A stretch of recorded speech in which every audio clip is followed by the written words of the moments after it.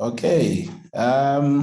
Good evening, everyone, and thank you very much for joining us again this evening. This is our Tuesday evenings, the clinical care platform webinars, which we host every Tuesday evening between 16 hours and 19:30. Today, we continue with our series looking at breast cancer. For today, we'll be focusing on prevention, and we have a number of quick presentations. That's why we call it an evidence review marathon. So I'm hoping that this particular session would be very exciting to you, and also importantly, it will contribute towards the improvement of our knowledge and clinical practice on a daily basis. Just to always remind you that the reason why we continue to have these webinars is to really contribute towards the improvement of patient care through educational resources and evidence-based education that enhances clinical practice and the competence of health professionals. Just to give you just a quick snippet as to why we opted to look at this particular topic and the series, that we have had in the last few weeks. One is to note that when you compare males and females, you'll see that in pink there, across the world, breast cancer is the most common cancer. In females, there is this particular publication which was published in the Lancet, where they really reviewed, trends in the incidence and mortality of breast cancer across 185 countries, and really following up data for 27 years. So this is quite a huge application. But what I want you to really pay attention to is that the incidence of breast cancer globally has continued to increase, year on year across all groups, across all regions, irrespective of whether, life expectancy has increased or not, but also when they control for fertility rates. So we want to understand, why do we have continuing increases in the occurrence of breast cancer? And you will see that regions like Southern Asia, some Northern African regions, but also in our region, we are regarded as regions that have a rapidly increasing incidence or cases of breast cancer on a year-by-year basis. If you look at the deaths, we see the same, that on an annual basis, breast cancer-associated mortality is continuing to increase.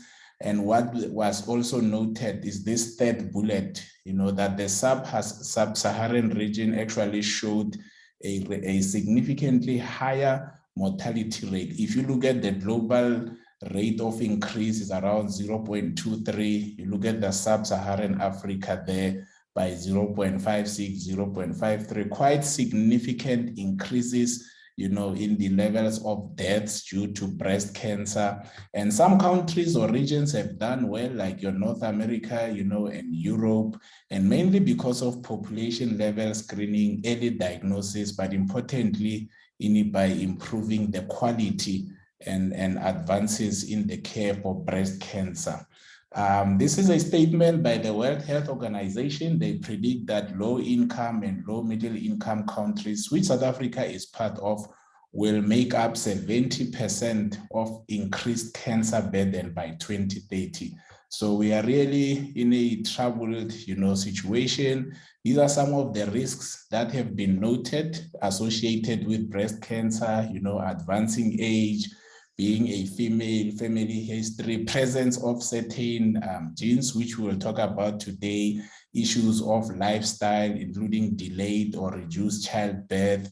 There's the issue of, however, the aging population on its own does not explain the rapid rate of increase, because we are still now seeing significant numbers of younger populations experiencing breast cancer as well.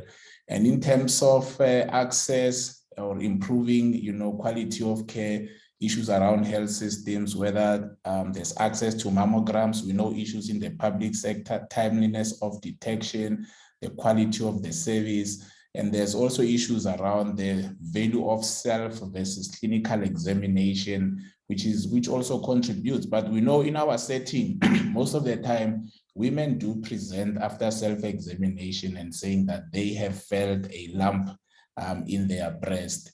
So these are some of the trends over the last 27 years. I just want you, I don't know, it's a small graph, but at the bottom, the brownish kind of trend, you'll see that in the sub-Saharan region, we are continuing to have increases in the incidence of breast cancer. The worrying graph really is this particular graph. If you follow the trend on the brownish line there going up towards the green, you will see that most countries have a decreasing incidence of deaths related to breast cancer, but in the sub-Saharan region, which we are part of, we have overtaken most countries and we contribute significantly to these deaths. So this sets the tone really for today's topic around incidence, around risk, because for us to really have an impact on breast cancer deaths and mortality, we have to increase our screening, we have to increase our pickup rate, but importantly, improve the quality of services and access, particularly for high-risk populations or women who are at the higher risk of having this particular cancer. Before I continue, just to also state an important apology from Dr. Segule, my colleague. He is not feeling well today, so he's not going to join us. I think all of us, we must wish him well and a speedy recovery. I know that he has been booked off for the week. Then to continue to say, today's webinar, we are going to look at breast cancer prevention. It's an evidence review marathon. The rationale behind this particular webinar is to say, how can we reduce the risk and incidence of breast cancer?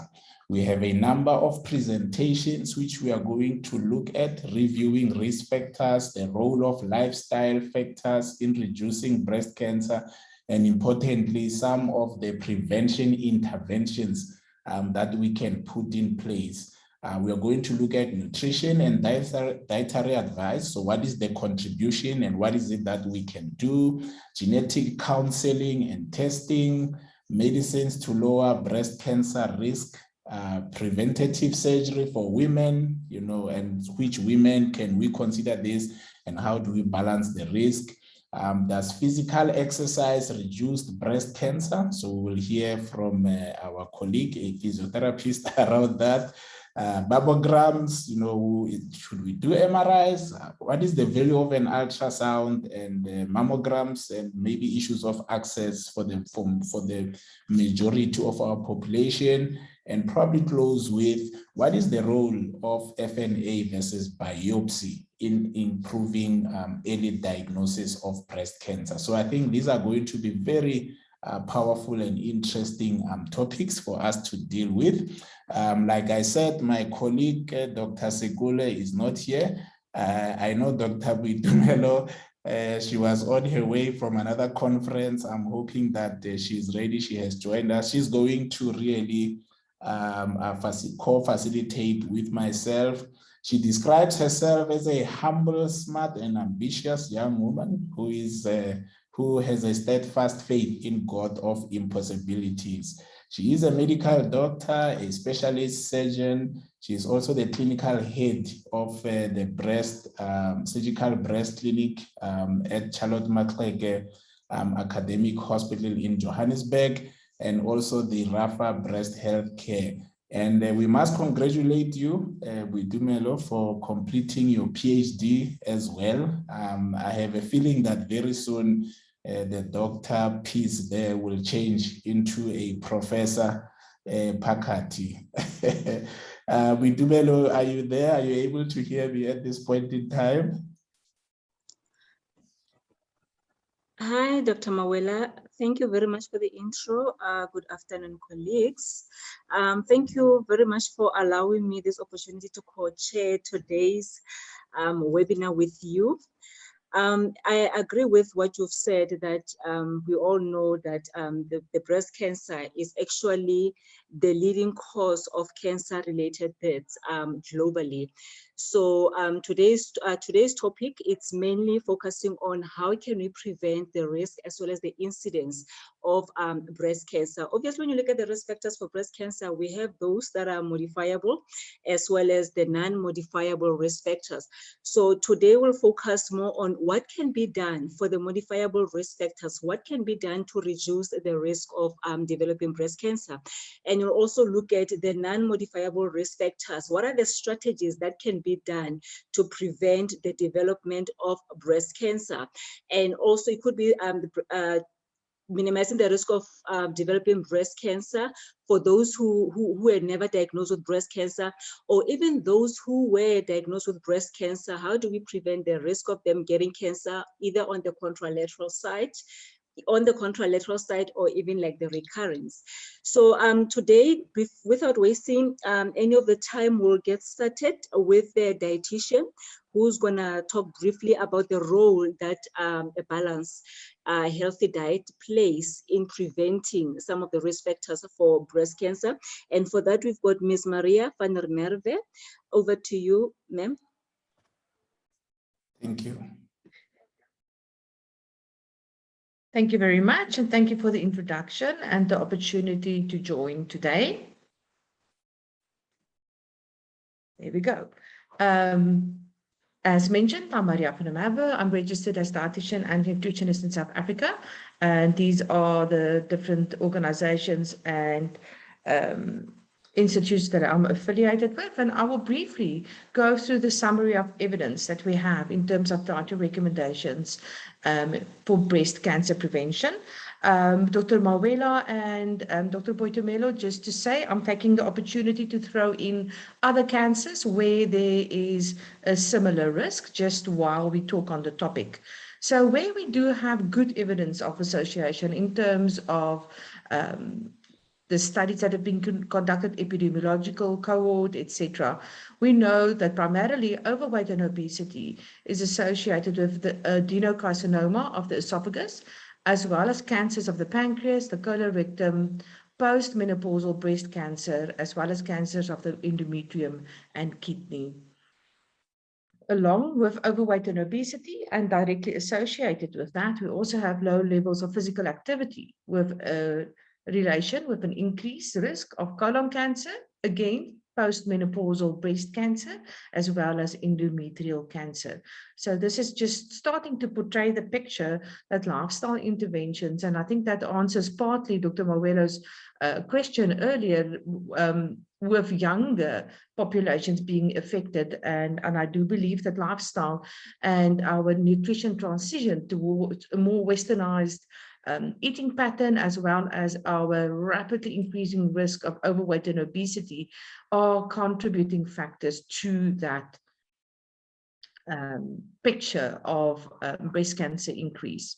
There's also definite evidence of association between consumption of any alcohol with cancers of the mouth, the pharynx, larynx, esophagus, colorectum in men, as well as breast cancer. And in this specific incident, it's both pre- and postmenopausal breast cancer, and there is no safe limit for alcohol consumption. So the consumption of any alcohol, any type, any quantity, associated with an increased risk. This one is not related to breastfeeding, but while we're talking nutrition and cancer, just to mention the consumption of red meat, and in particular processed meat, meat that's been cured, smoked, pickled in brine, direct relation with colorectal cancer. A very positive one is that lactation, breastfeeding, protects against breast cancer, and again, it protects against pre- and postmenopausal, with the recommendation of exclusive breastfeeding for the first 6 months and continue breastfeeding for at least 12 months in terms of breast cancer prevention. But for mom and baby benefits, we're looking at 2 years and beyond. So those were the instances where we have a clear association, where there's a fair evidence of association with risk of cancer. It includes greater abdominal obesity, in other words, where we carry our fat around the abdomen, and that is specifically associated with postmenopausal breast cancer, as well as cancer of the endometrium. And then adult weight gain, again, directly related with postmenopausal breast cancer. So the opposite of the risk factors would translate to the guidelines. So in terms of breast cancer prevention and overall health and nutrition, the recommendations are to achieve and maintain healthy body weight, to be active every day, to avoid alcohol as there's no safe intake, to eat a variety of food, specifically focusing on vegetables and fruits, whole grains and legumes. We know a low-fat diet might lower the risk of breast cancer, and it is also recommended for overall health and related to an overall lower body weight. And choose food as your source of vitamins, minerals, and other cancer-fighting compounds, rather than opting to take a supplement. And just to close off this review, this is a representation of what a healthy plate should look like, where half of our plate is filled with vegetables or fruits, about a quarter of the plate whole grain starches, a quarter of the plate lean meats, with a focus on twice a week trying to get fish, especially what we call fatty fish, the brown and pink flesh fish in, and then our fats to be beneficial fats, focusing on plant fats, seeds, olives, olive oil, avo, etc., but in limited quantities because they do contribute to our energy intake. And that is the conclusion of the summary. Thank you very much.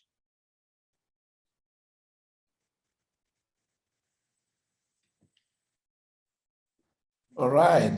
Thank you very much for that, Maria. That was a great talk and also straight to the point. Just one quick question, Maria, before we move on to the next speaker. Issues of diet and dietary advice, are said to be easy to read and to understand, but very difficult to implement practically, particularly for our developing countries, where we are seeing changes in trends, people adopting the opposite really of what used to be good practices. So what would be your practical advice around how to go about transforming communities to really adopt some of the strategies that you have mentioned in the context of South Africa, the urban versus the rural divide? Thanks. And now you need to extend my time to 1.5 hours because that is just not a simple answer, but I'll try to get to the point. It is hugely complex, and we know that our food environment and our food systems is very complex. It is shaped by many factors, which includes political, economic, environmental, what's happening in agriculture. It also depends on supply and demand. And as I say, what you eat is what's available on the local shelf, but what's available on the local shelf is what you prefer to eat. So the one feeds on the other. So I think to just summarize that very shortly, it comes down to a component of education where we share information with what is good nutrition. And then at the same time, we have various systems where we are having the ability to try and advocate and bring about change in terms of what is available and what is affordable, because we very often find people saying healthy foods are more expensive. So that again has trade implications, economic, etc. So it's difficult to just address nutrition if we don't also address the inequalities in the country, if we don't also address unemployment, poverty, etc. But I think it starts with information, and from information also to create an enabling environment where we are currently having an obesogenic environment. So to do what you can within your context, even that starts with physical activity, making good choices, planting your own veggies and fruit if it's expensive. So I'm going to stop there because I will really take up an hour. But yeah, that's a taste of it.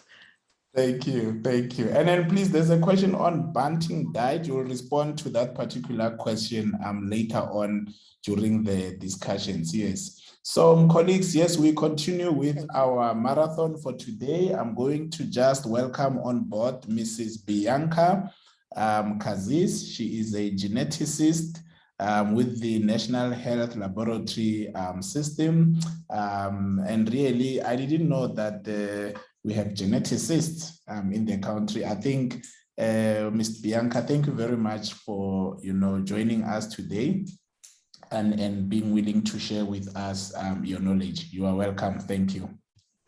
Thank you so much for inviting me. So today I'll be sharing my insights on genetic counseling and genetic testing for hereditary breast cancer. And just to say again, I work as a genetic counselor at the National Health Laboratory Service and also a lecturer at Wits University. So I'm going to jump straight in. So if we look at breast cancer in general, majority cases of breast cancer are what we call sporadic. And what that really means is that there's a combination of lots of different factors that have contributed to that cancer occurring.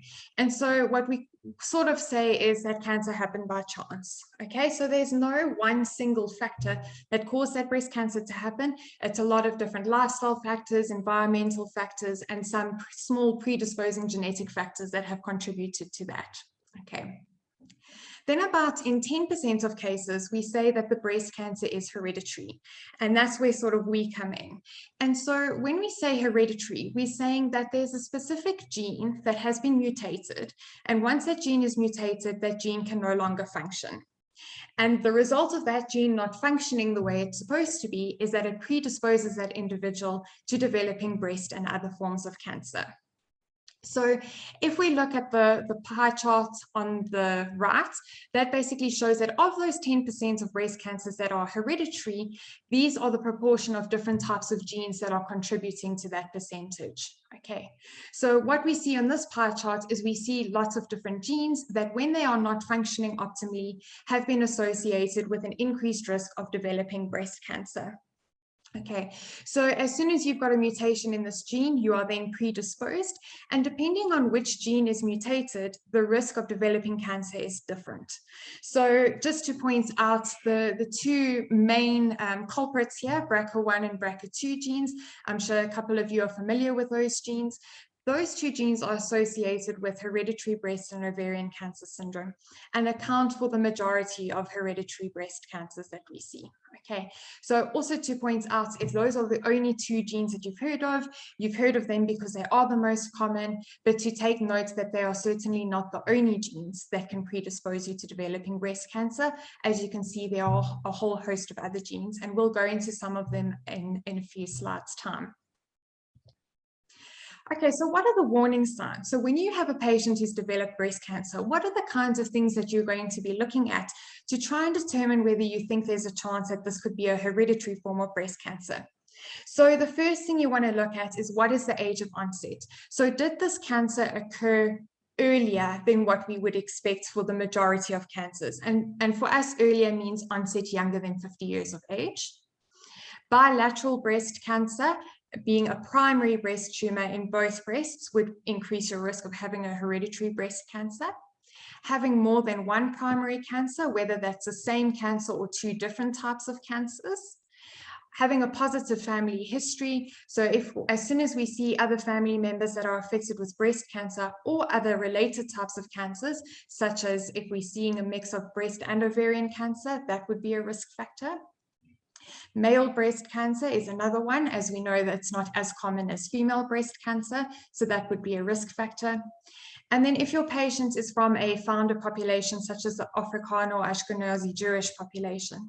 And the reason why this is a risk factor is specifically with BRCA1 and BRCA2, we know that there are certain mutations in the BRCA genes that are more prevalent in these population groups. So by virtue of just being from that population group, you're already at increased risk.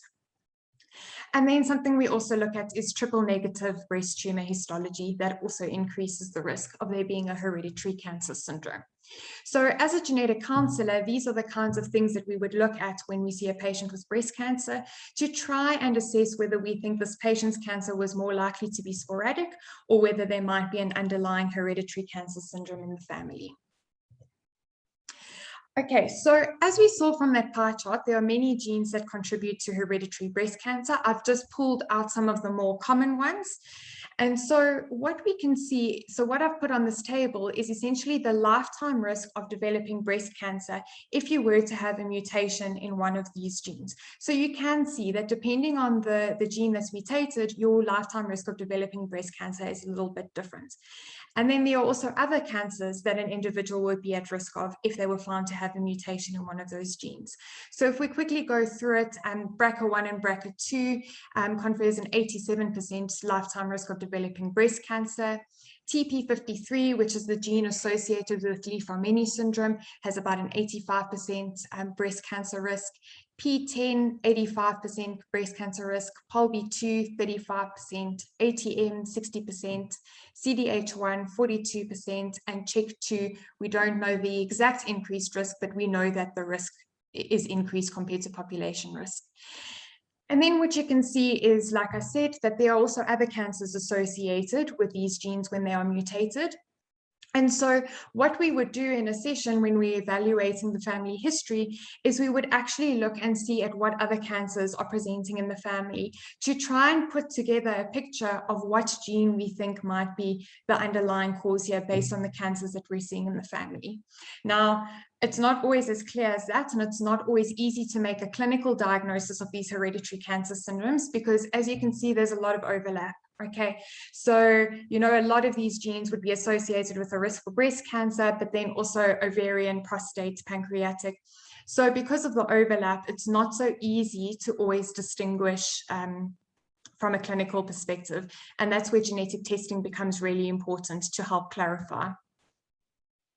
Okay, so when talking about the genetic testing for hereditary breast cancer, what do we have available?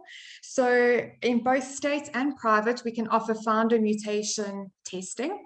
Okay, and so what founder mutation testing is that's where if we have a patient who is Afrikaans or of the Ashkenazi Jewish ancestry, we can test them for the most common mutations prevalent in BRCA1 or BRCA2.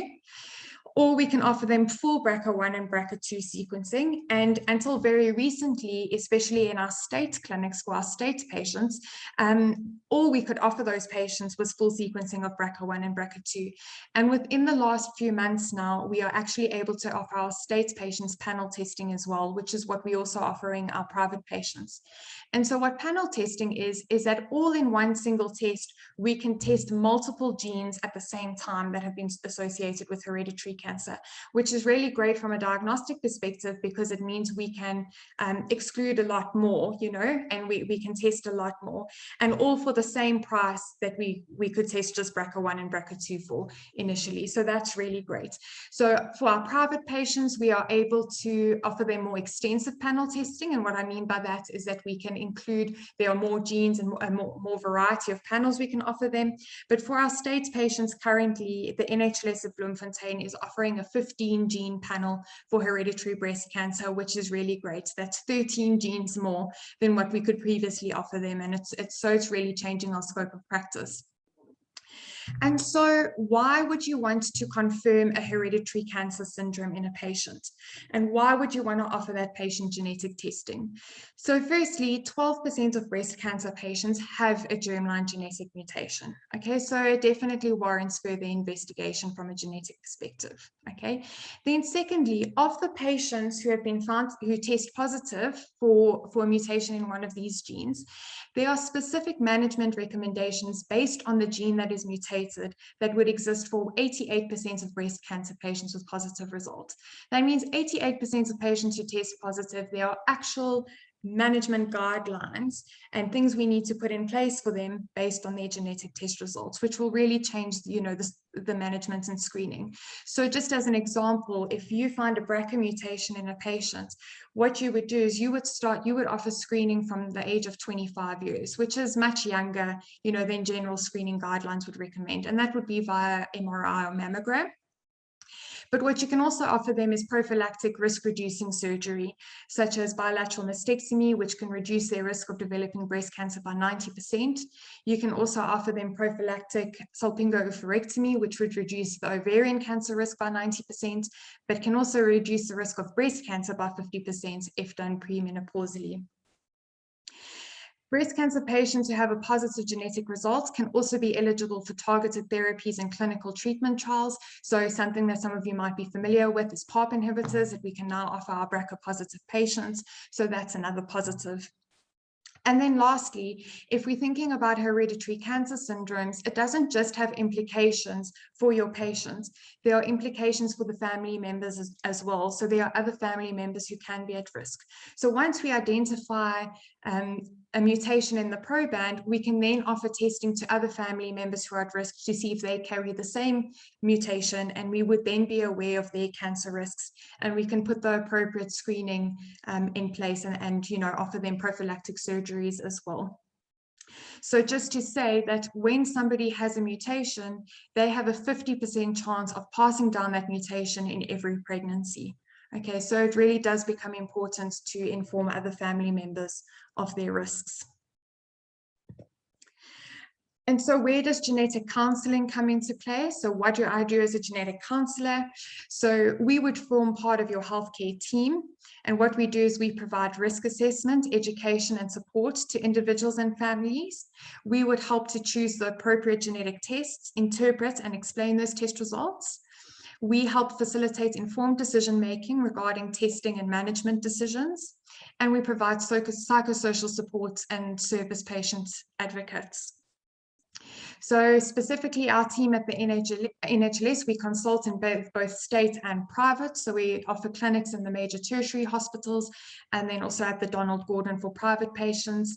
And then there are our contact details if you would like to get in touch. Thank you. Wow, thank you, Bianca, for such an informative talk.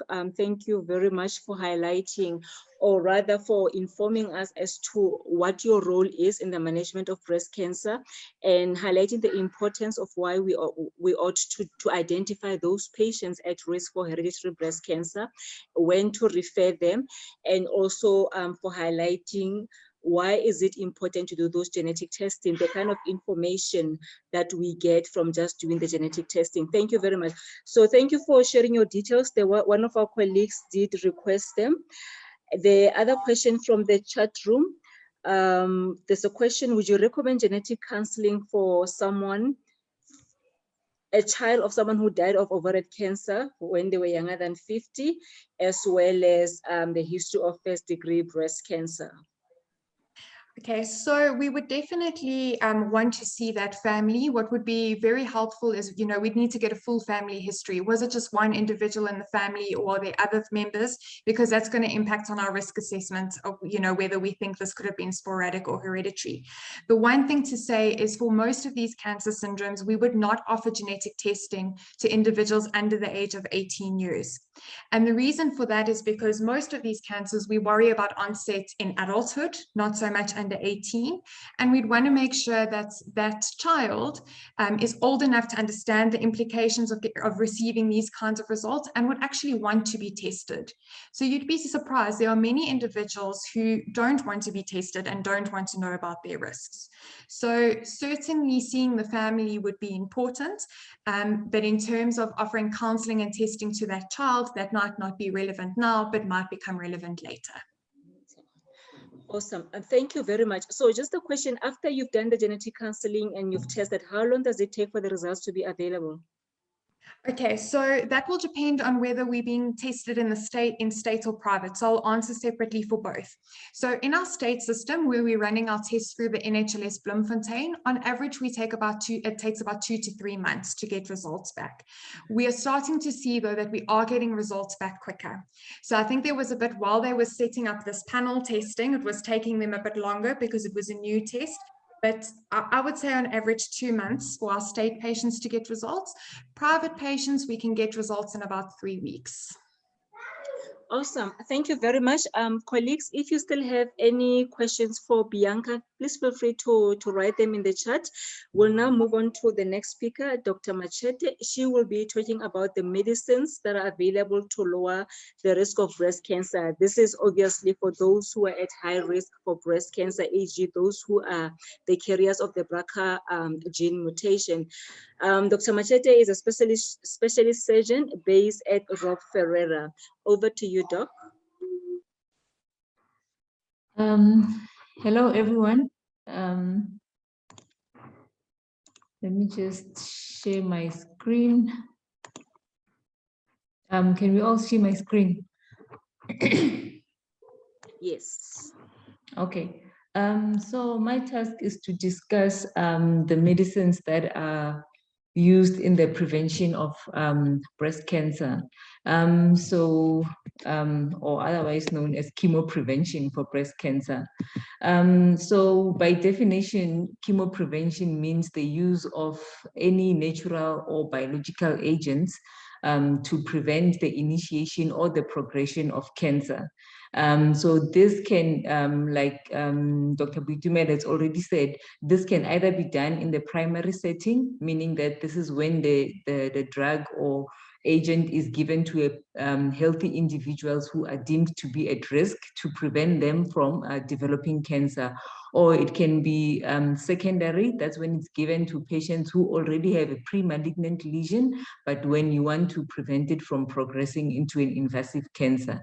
And then it can also be used in the tertiary setting, where a patient is already diagnosed of a certain cancer and you want to prevent the patient from developing a second primary or a recurrence of that cancer. So in terms of breast cancer, these are some of the drugs that are available for chemoprevention. I'll still go into more details with these. So you have the selective estrogen receptor modulators, the Tamoxifen and Raloxifene, and you also have the aromatase inhibitors, anastrozole and exemestane. Yeah, so all of these drugs can be used in postmenopausal women, but Tamoxifen is the only one that's recommended or that's been tested to be used in younger patients. So the evidence that is there in terms of chemoprevention, there's been multiple studies that has been done to assess which drugs can be effective in preventing breast cancer. And most of what triggered these studies was because all of those drugs that I've mentioned in the previous slides are all drugs that we know that are used in the treatment of breast cancer in the adjuvant setting. Or even in the neoadjuvant setting. And from those patients, because the literature has proven that these drugs were able to prevent recurrence of cancer in those patients as well as contralateral breast cancer, then more research was done to check if these same drugs can be used to prevent breast cancer in a primary setting. And one of the landmark studies that was done for this was the NSABP trial, P1, where they compared the use of tamoxifen compared with placebo in patients from the age of 35 to 59 who had risk of breast cancer. And in this study, they could prove that they had risk reduction of up to almost 50% and more than 50% in some of the patients who already had atypical ductal hyperplasia. They had more than 50% risk reduction when they are given tamoxifen. And when they were given tamoxifen. The only drawback to this study is that they couldn't comment on whether tamoxifen was effective in patients who have BRCA1 or BRCA2 mutations, because their study population was not routinely tested for the BRCA1 mutation, so they couldn't comment on this. But other people would say that maybe that was not important, because anyway, patients with BRCA1 most likely most of the time don't develop hormone receptor positive breast cancers. But then we'll never know, because it was then not studied. But of note, as much as tamoxifen was shown to be effective in preventing invasive and non-invasive breast cancer, it was associated with increased risk of complications, such as increased risk of endometrial cancer, decreased bone density, as well as venous thromboembolism. And then at the same time, there were other studies that were done, the Italian tamoxifen prevention study, as well as the Royal Medicine Hospital tamoxifen study, as well as the IBIS one study. So of note is that the first two studies, they showed conflicting results, and they couldn't show any benefit of tamoxifen over placebo. But the IBS one trial also proved that tamoxifen can reduce the risk of breast cancer in patients who have high risk, of up to 33% risk reduction. But then the meta-analysis that was done to look at all these studies that were done on tamoxifen and risk reduction showed that there is up to 38% breast cancer risk reduction when patients are put on tamoxifen compared to those that are on placebo. And of course, they also confirmed the known complications that are associated with the use of tamoxifen. And the complications that are related to tamoxifen are what led to more research being done as to see if there's any other alternative that can be used instead of tamoxifen. And that's where the NSABP study or the STAR trial comes in. So this study compared tamoxifen and raloxifene, both of them are selective estrogen receptor modulators. And then these drugs were compared for their efficacy in preventing breast cancer. And of note is that they found that with over 19,000 patients that were followed up, some were on tamoxifen and some of them were on raloxifene, and these were all postmenopausal women. If they found that both tamoxifen and raloxifene can effectively reduce the risk of cancer in these patients. But what was important in this study is that it was proven that raloxifene had a lower side effect profile compared to tamoxifen, in that the risk of uterine cancers was lower, the risk of venous thromboembolism was lower with the patients who received raloxifene compared to those that were on tamoxifen. But the only drawback to this was that raloxifene was thought not to be as effective as tamoxifen in preventing non-invasive breast cancer. But a follow-up result update on this study also showed that this was not true, that raloxifene is also just as effective as tamoxifen. But then now, then what about the use of the aromatase inhibitors? So these other studies that was done, this MAP3 study, where they looked at using one of the aromatase inhibitors versus placebo. So here, this was used in postmenopausal women with increased breast cancer risk, and they followed them up for median follow-up of up to 35 months. And in this study, they also reported that there was up to 65% annual risk reduction of developing breast cancer. And this drug was also recommended for use in preventing breast cancer. So in conclusion, what does the evidence tell us? So the selective estrogen receptor modulators, both tamoxifen and raloxifene, are both effective in preventing breast cancer in patients who are at high risk. Of note is the only thing is that Raloxifene was not studied in premenopausal women, but in postmenopausal women, it's just as effective as Tamoxifen, and it has a low side effect profile, making it a good alternative to Tamoxifen.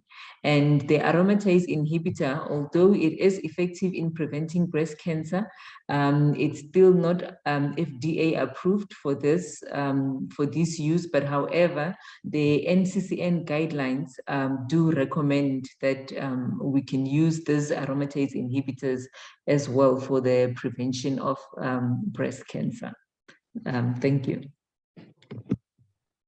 Thank you very much, Dr. Bachete. I think that was quite interesting. I mean, I'm not working, you know, in the surgery space, but it sounds like a discipline full of science and research.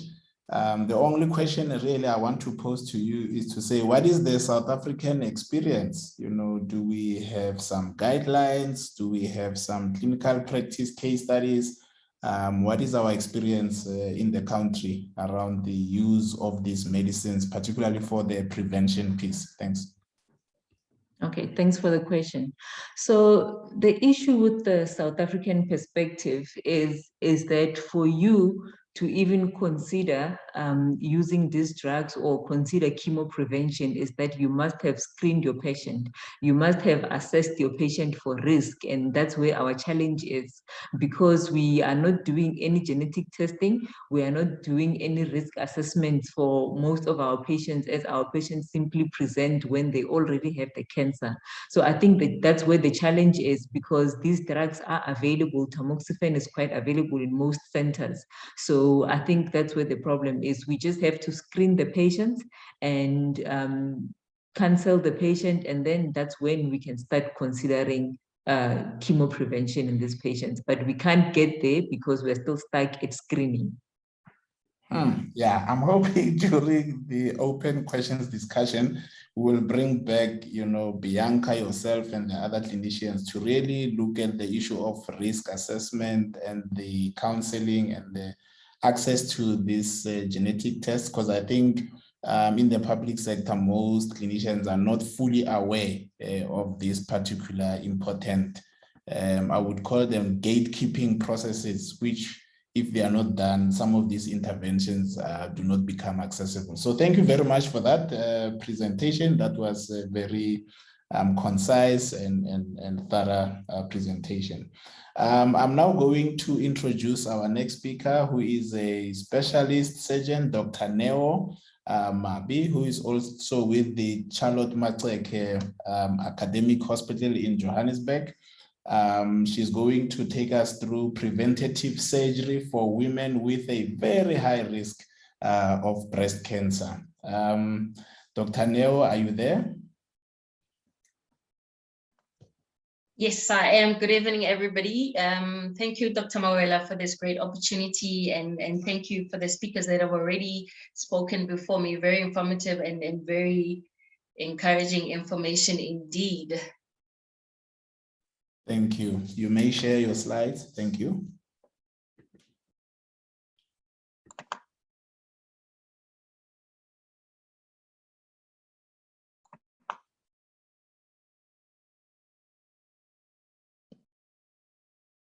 Okay, are we good? Are you able to see my screen?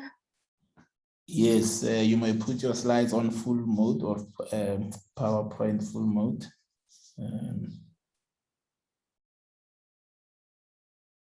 You can go far left where it says from the beginning. Yes, can click on that.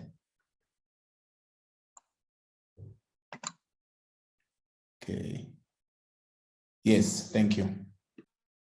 Okay, as Dr. Mawela has already introduced me, I'm Dr. Mabi. I'm a consultant at the Sanja Breast Unit, and my task today is basically to discuss the risk reductive surgery in patients with high risk for cancer. So basically, what are we talking about when we're talking of risk reductive surgeries? I'm sure every one of us are familiar with the stunt lady Angelina Jolie that decided to have a double mastectomy following her testing of a positive BRCA mutation gene, where she was advised that she has high risk of breast cancer and 50% risk of ovarian cancer. So basically, risk reductive surgery speaks to surgical modalities that are there that we offer patients in an attempt to try reduce the risk of getting cancer. And we speak of prophylactic mastectomies, we speak of prophylactic salpingo-oophorectomy. So what are high-risk patients? Basically, the patient that would be amenable specifically for a preventive strategic in the form of surgery in an attempt to try reduce the risk of cancer. These are your patients that have genes mutation of BRCA1 and BRCA2. These are patients that have a strong family history, either with gene sensitive BRCA gene, or patients that do not necessarily have a positive BRCA gene, but those are patients that have a family history where there's male breast cancer history, where there's ovarian cancer history, where age of diagnosis is at a very early age, patients that are younger than the age of 40, patients that have had radiation to the chest wall before the age of 30, and also patients with family history of lobular carcinoma in situ. Those are patients that have shown to have some form of hereditary diffuse gastric cancer syndrome, where there's been an association of risk of invasive lobular carcinoma. And again, a patient who has had cancer in the one breast, specifically a patient that will be at risk of recurrence in terms of a young age, in terms of the tumor biology, in terms of family history, in the setting of a patient with BRCA mutation gene. And in as far as it's already been explained, in terms of the familial susceptibility of breast cancer, your BRCA gene accounts mainly for 20% of the familial cluster that we find, and hence you'll see that as the slides go on, we'll tend to focus more on specifically the patients that are sensitive with BRCA1 and BRCA2 gene mutation, as opposed to your non-BRCA gene mutation.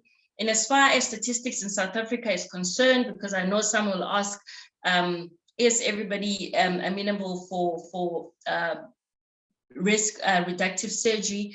And in terms of statistics in South Africa, it has been looked at, and it is found that it basically compares similar to other countries with a low of 1 in 81 in African women, similar to Japan, to a higher of 1 patient in 13 among white women, similar to rates in the Western countries. So what are these risks that we're talking about? Age obviously is a highly relevant risk of breast cancer or ovarian cancer. The literature has shown that a 30-year-old with a BRCA2 carrier has about 66% cumulative risk of breast cancer developing by the age of 13. Other literatures say by the age of 70, whereas others have about 12% cumulative risk of ovarian cancer. And in a 60-year-old with a BRCA2 carrier, literature has shown a cumulative risk of about 48%, in addition to a cumulative risk of about 3.9% of ovarian cancer. So thus, counseling on lifetime risk must factor in the woman's current age. And as far as BRCA1 mutation gene is involved, oftentimes it occurs in about more than 75% of cases, and these form of cancers tend to be triple negative breast cancers versus your BRCA2, where you have about 77% that are ER positive in comparison to your general population, and about 16% of those would be your triple negative breast cancers. And also the literature has shown that with your BRCA1 mutation gene, those patients tend to have an earlier course and a higher frequency for ovarian cancer versus your BRCA2 mutation gene. There's been a study, WeCare study, that was published in 2018, where it was a case control study looking at females that were below the age of 55, looked at the age of diagnosis in addition to their family history, and they found that the risk of contralateral breast cancer compared to similar patients of the same group with positive BRCA mutation tended to be much higher versus those that do not have a gene mutation in respective to your BRCA gene. So what is the efficacy of breast reductive surgery? So there's been multiple cases and studies done, of which from 1999 throughout to 2004 and to your most recent study in 2015 that have actually shown a risk reduction percentage of above 90%. Studies basically looked at patients that had a positive BRCA gene mutation, and it compared patients that you observed, and it found that in follow-up years, as far as mastectomies had risk reduction by 90%.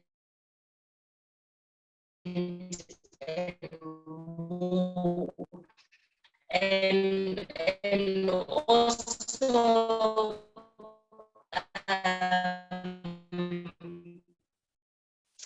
in patients where the BRCA gene mutation was found to be negative, Hartman et al. Categorized those that had bilateral mastectomies versus those that chose not to have bilateral mastectomies.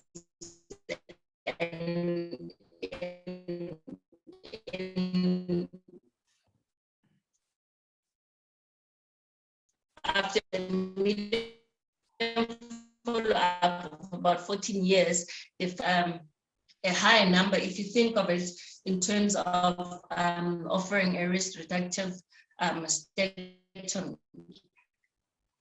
Again, of course, we cannot talk of ideally recommended for people with risk of both breast CA and ovarian CA, and approximately in patients that have opted to have a bilateral salpingorectomy as a prophylactic preventative strategy, it showed a risk reductive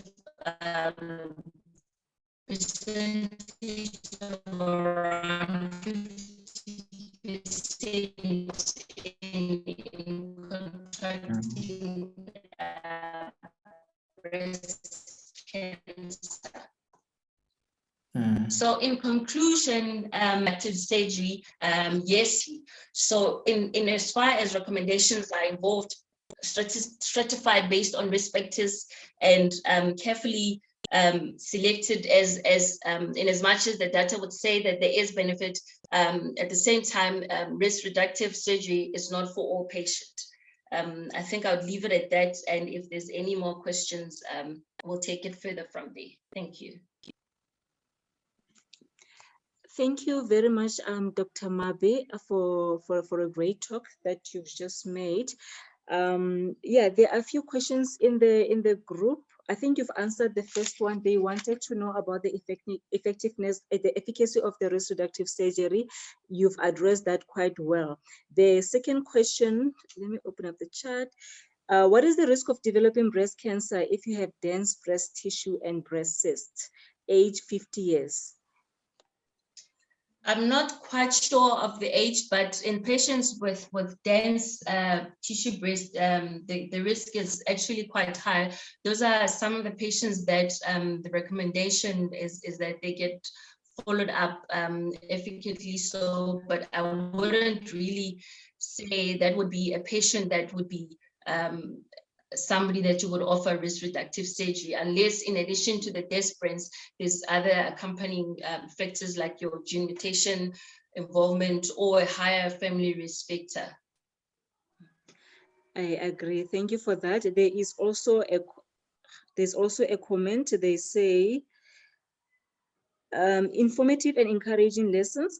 There is a question, any link between polycystic ovarian disease and breast cancer?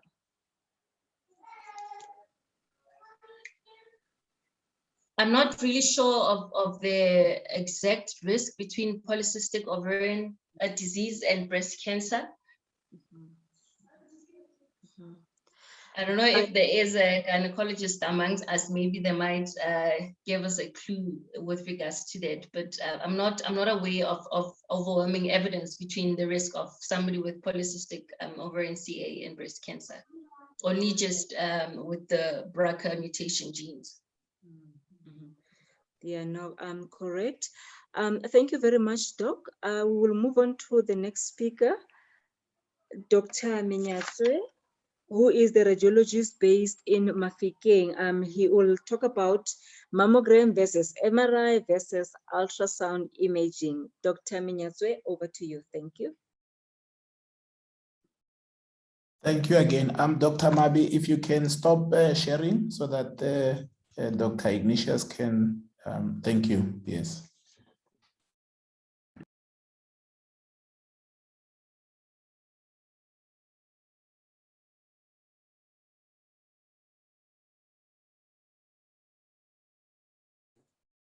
Good evening, everyone, and thank you, Dr. Mawela, again for inviting me to do this talk and being part of the well-researched and knowledgeable panelists. Today, I'll be talking about the role of imaging modalities in screening, diagnosis, and perhaps staging of breast CA. So, to start off, I'll talk about mammo. Mammo is the gold standard modality for screening. I've already mentioned this previously. And diagnosis, we mostly use it because we want to see cases which are unsuspected breast cancer like DCIS or regular cancer. These are cases where patients present with they don't even know that they have cancer, or it's not even suspected by the clinician. And then when you do a mammogram, you will see all the features that leads you to believe that there could be a cancer, leading to a biopsy and all that. So mammogram is less sensitive than MRI, but similar to sonar in sensitivity.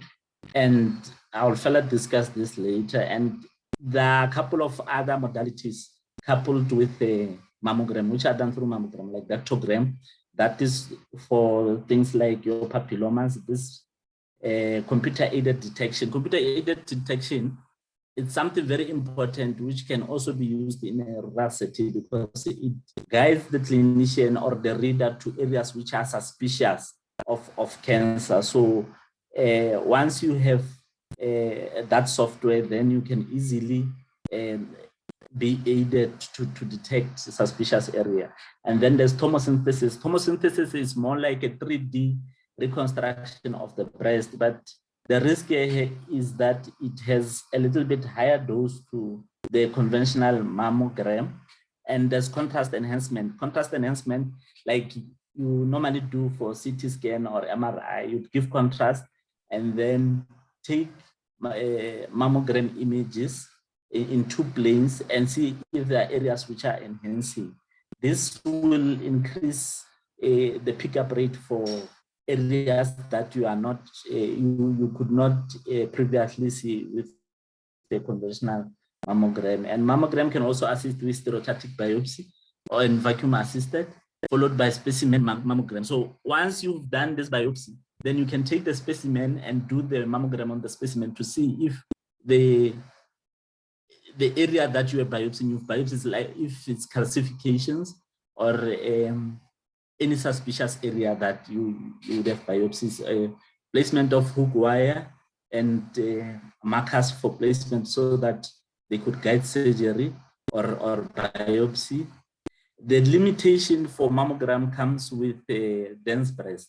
In dense breast, they tend to obscure malignancies, leading us to sonar, which is a very good tool when it comes to dense breast compared to mammogram.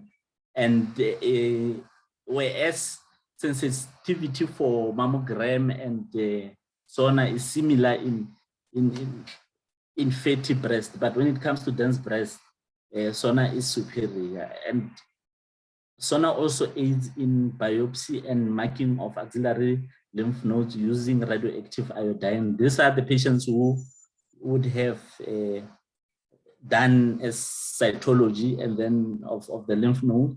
And then once it comes back and says the lymph nodes are invaded, then you place an iodine radioactive material in the lymph node. And once chemo and radiation has been done, you then test again the lymph node to see if the cancer is still there. This is good because it can also assist in sparing of lymph nodes if the lymph nodes are absent of disease. And then there's automated breast ultrasound, which is relatively new. I think this you can find, I know in Steve Biko they have one, I'm not sure about Charlotte Mateke. It's an automated ultrasound. It has two types. The first type is a normal health probe 2D.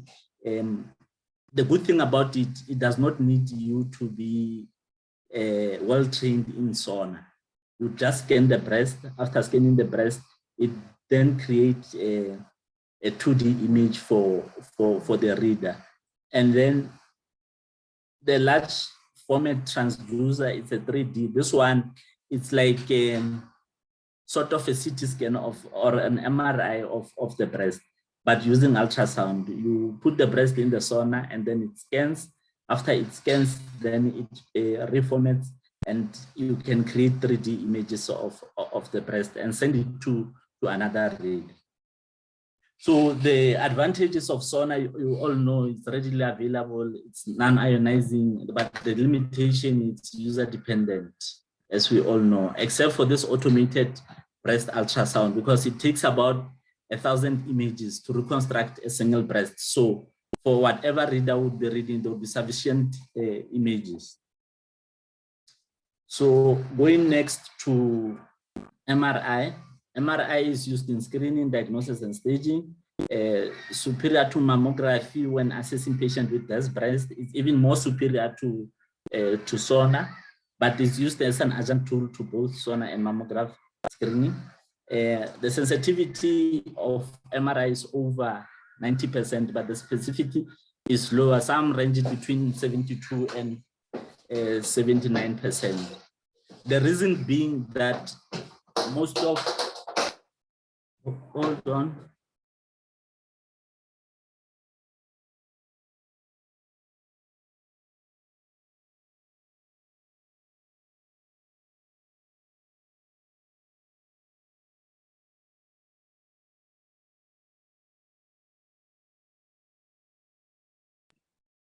Apologies, colleagues. Doctor will be back now shortly. Apologies. Yeah, I'm sorry. There was a disruption there. So the reason is that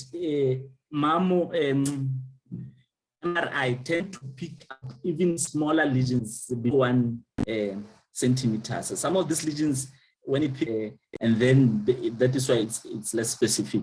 And then there's dynamic contrast enhancement. When you do MRI, you give contrast, and then through that enhancement, there's about 3 curves that you are supposed to use to look at the lesion. And then once you've looked at the lesion and assessed it, whether the enhancement pattern fits any of the 3 used curves, then you can determine that it's a cancer or not. But even with type 1 curve, which is the one which is mostly for benign processes, there's 9% chances that it could still be malignancy. So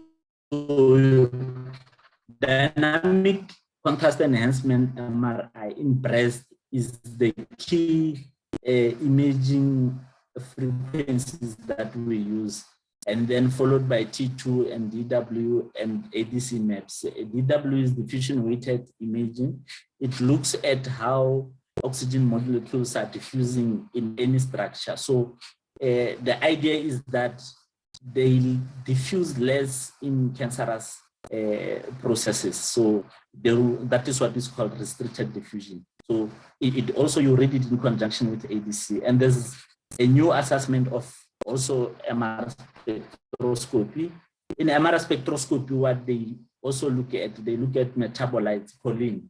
If it's high, it shows you that it's cancer. Now, when you talk about MRI, there are certain things that, indications that you need. One, it's used to characterize the lesions, discriminate between benign and malignant lesions, pre-operative staging. This is important. It will tell you whether a breast cancer patient has a multifocal or multicentric. As you all know, the breast is divided into 4 quadrants.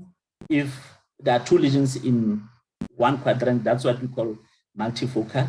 And if they are in different quadrants, you call it multicentric. And then you can also, it also helps to see if the contralateral breast has any lesion. And this is good because it can tell you whether you can conserve the breast or you need to do a mastectomy. Tumor size estimation, even though this one is not good, it's also better than mammo and SONA on this one. And then detection of invasive component in DCIS. As you know, previously we discussed the difficulty with diagnosis of DCIS because there's no mass C classifications. But with MRI, it picks up DCIS much better than mammo. And then there's detection of additional tumors, like I've already mentioned, improved surgery, breast cancer surgery, document response in patients with neoadjuvant therapy. So these are patients who would come and they are given neoadjuvant chemo, and then the patient before is imaged with MRI, given contrast, and subsequently when it comes, the same is done to see if there's a response from the tumor or not. And then there are abbreviated protocols to use for those ones with gene mutations.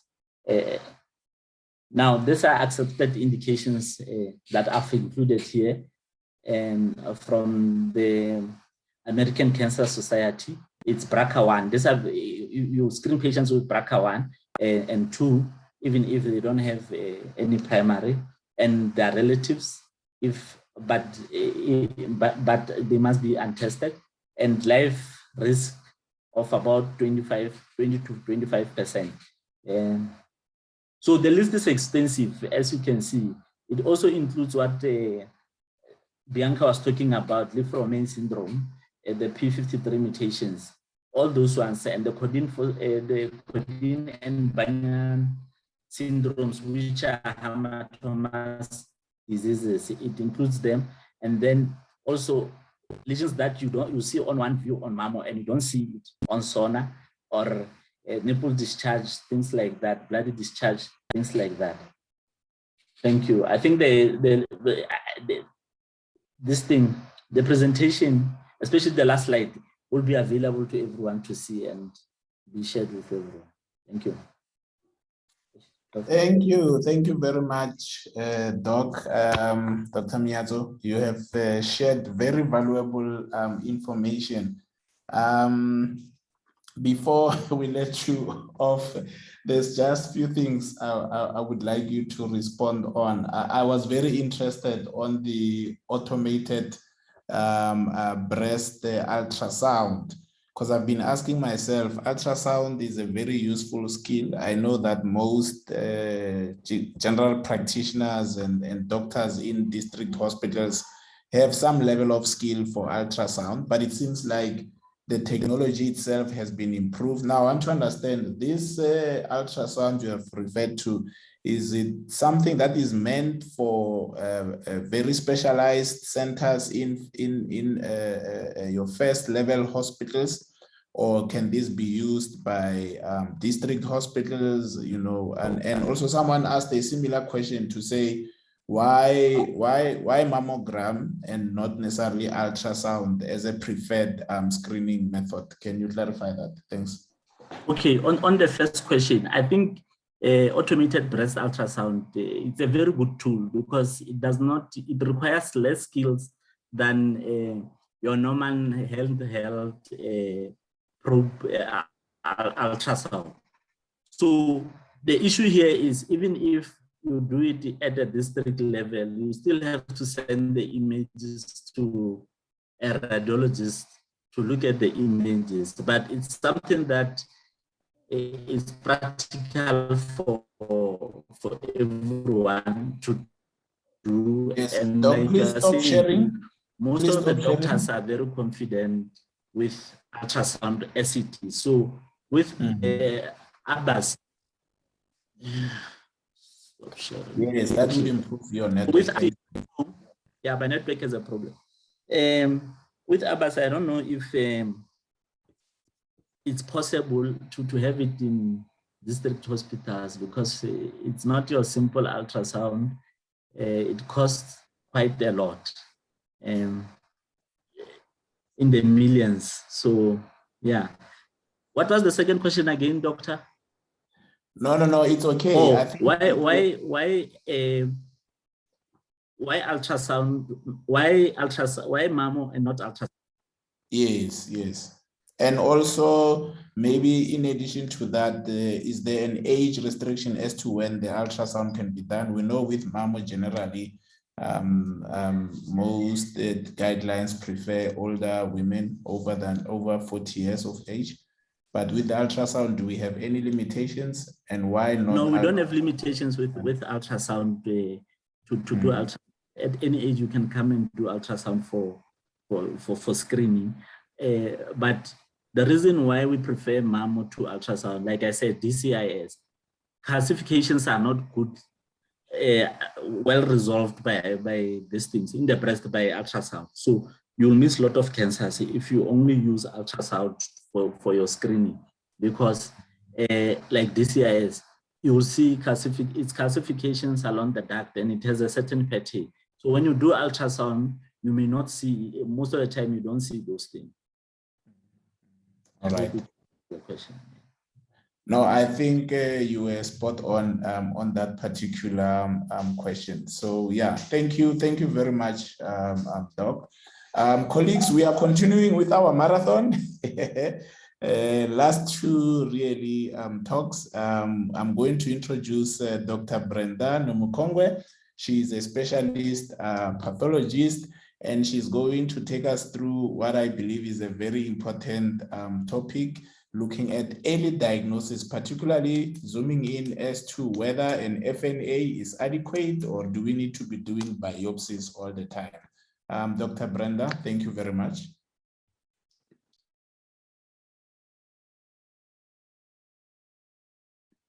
Okay, afternoon, colleagues, and thank you for having me on this platform again.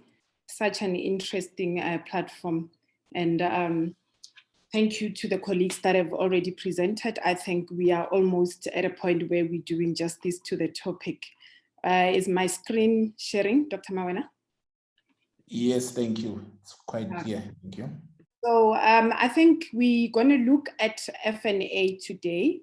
I'm going to focus my presentation on that because I know that most of our colleagues, the clinicians, dread getting a report that says insufficient after waiting for results for almost more than a month.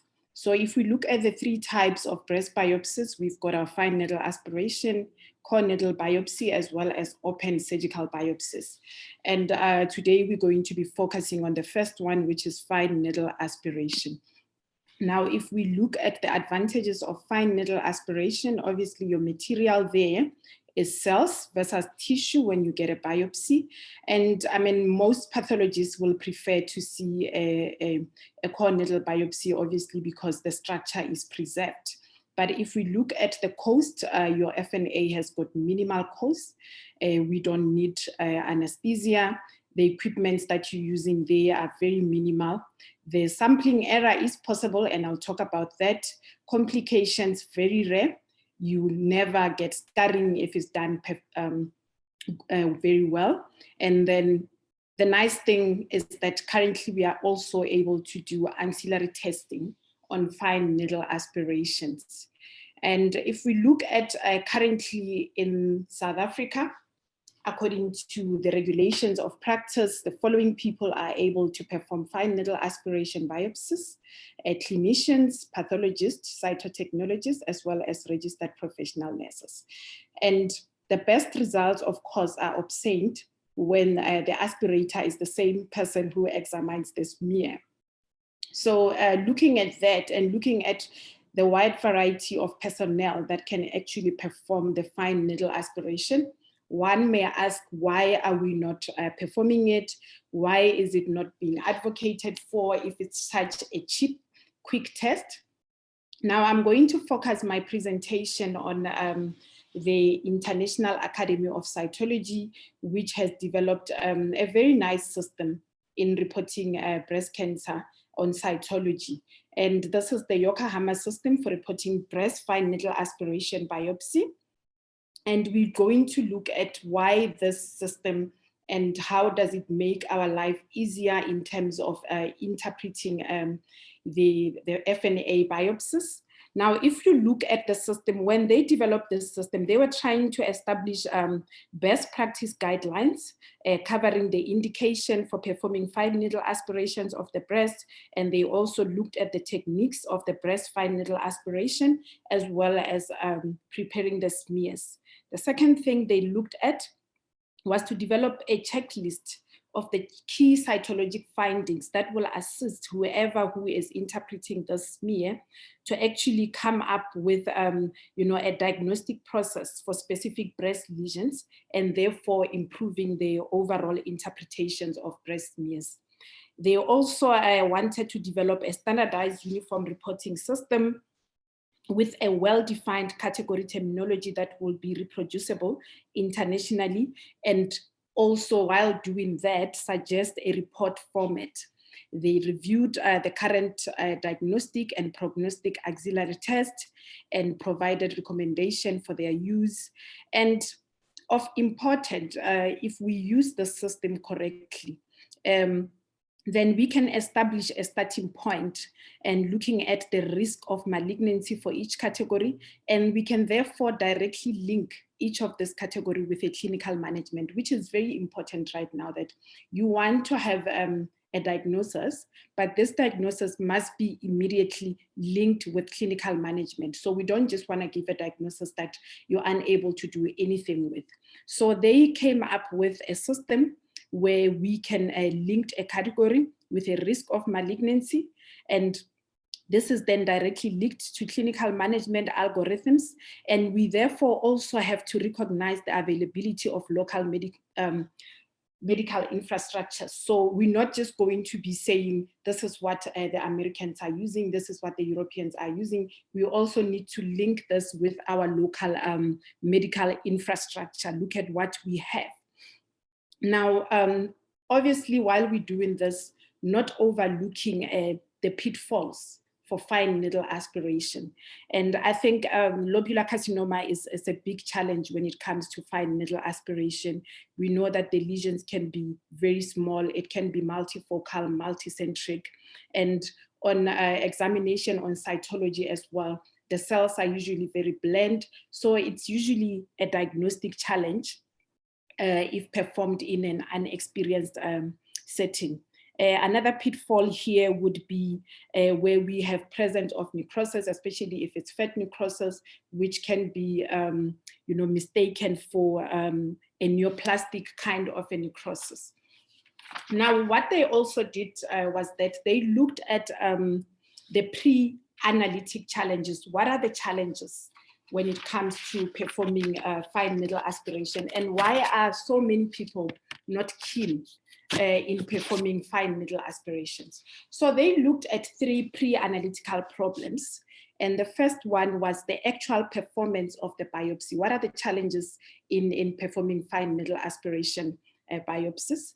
The second one was the preparation of the smear. Are we adequately trained to perform smears? Do our clinicians know how to adequately prepare FNA smears? And lastly was the interpretation of the material. So if we look at what you need, basically, like I said, clinicians, nurses, pathologists, cytotechnologists, all of these people can do fine needle aspiration. It's a cheap setup. You need a room, which most of us have in our private practices or in the hospital. You need a room with a bed, adequate lighting, and you will need your trolley with all the consumables that you require there, being your slides, your fixatives, as well as your your solution if we're going to be staining on site. And now the biggest challenge, which is the first one, is the actual performance of the fine needle aspiration. And I think the word aspiration actually makes it difficult, because all of us feel like we need to go into the lump and suck out and aspirate material, which is a problem, because you really do not need to actually aspirate. So what we need to do, obviously the first step is that the patient will come in with a lump. We need to identify the lump. It is very important that we fix the lump, so you can have the lump between your thumb and your index finger. You fixate the lump, and we use very small needles.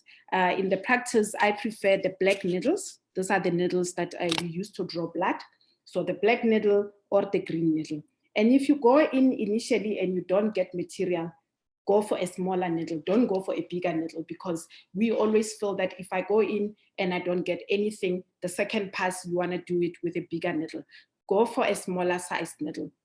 So with your small needle and your syringe, we're going to go in. Ideally, we need to do 2 or 3 passes. The pass I'm talking about when you actually go into the lesion through the skin. So you'll go in the first time, that will be your first pass. And as soon as you get into the lesion, we're going to perform 10 to 15 rapid jabs. Your dwell time should be very minimum, so you don't need to stay in the lesion for a long time. So 10 to 15 rapid jabs, moving the needle in different directions. If you feel that you're not getting adequate material, you can suction a little bit. Most of the time, just that jab without suction will give you material. The notion that you need to look at the bottom of your syringe to see material, you don't have to see material, because most of the material is going to be right at the bottom of the needle there. Now, the suction or the aspiration, we usually prefer to do that if you're dealing with a cyst or an abscess where you're going to suction a lot of material for MC&S. Now, once you've done that, if you had suctioned, when you pull out your needle, you need to release the suction.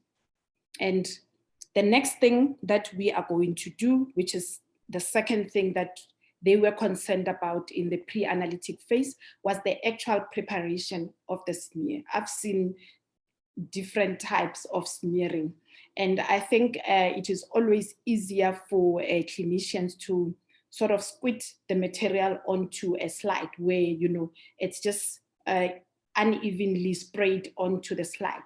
That gives us a lot of challenges, because when we get the material in the lab and we put a glass cover on the slide, which we call a cover slip, it becomes uneven because of the different densities of the material that you have actually put onto the slide.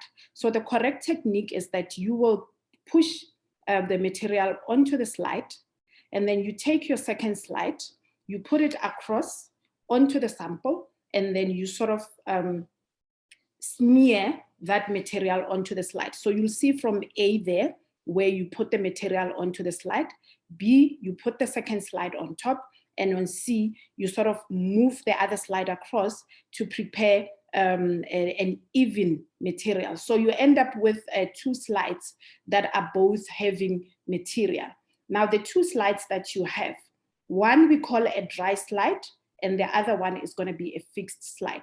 So usually we use a fixative, the same fixative that you used before when we were doing conventional pap smears, where you would take a sample, put it on a glass slide, smear it, and you use a fixative. So one of those slides is going to be fixed, the other one we don't fix. And this is purely because we do 2 types of stain in the lab. We do a rapid Gimsa, which is a dry stain. This can also be done on site because the staining process is less than 2 minutes.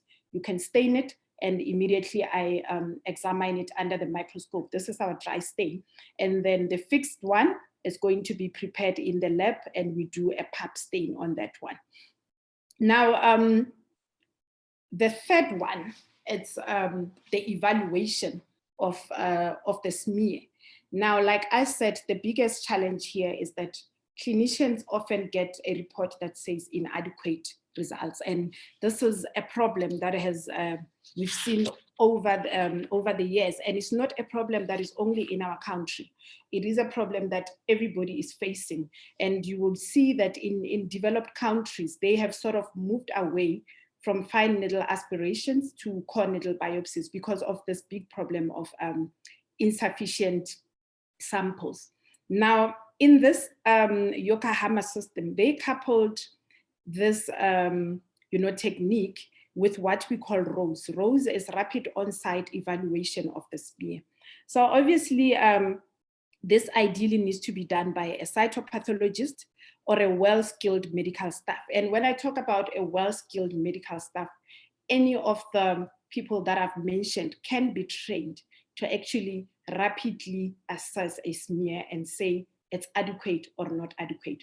Obviously, if you have a pathologist who's trained, they will tell you if it's adequate, and you will also get a preliminary diagnosis. Now, the good thing about this ROSE is that in a study that was done by Wong et al., it showed that ROSE actually decreased the insufficiency category from 17% to 4%. So when you've got somebody on site evaluating your slide, the rate of insufficiency can really go down.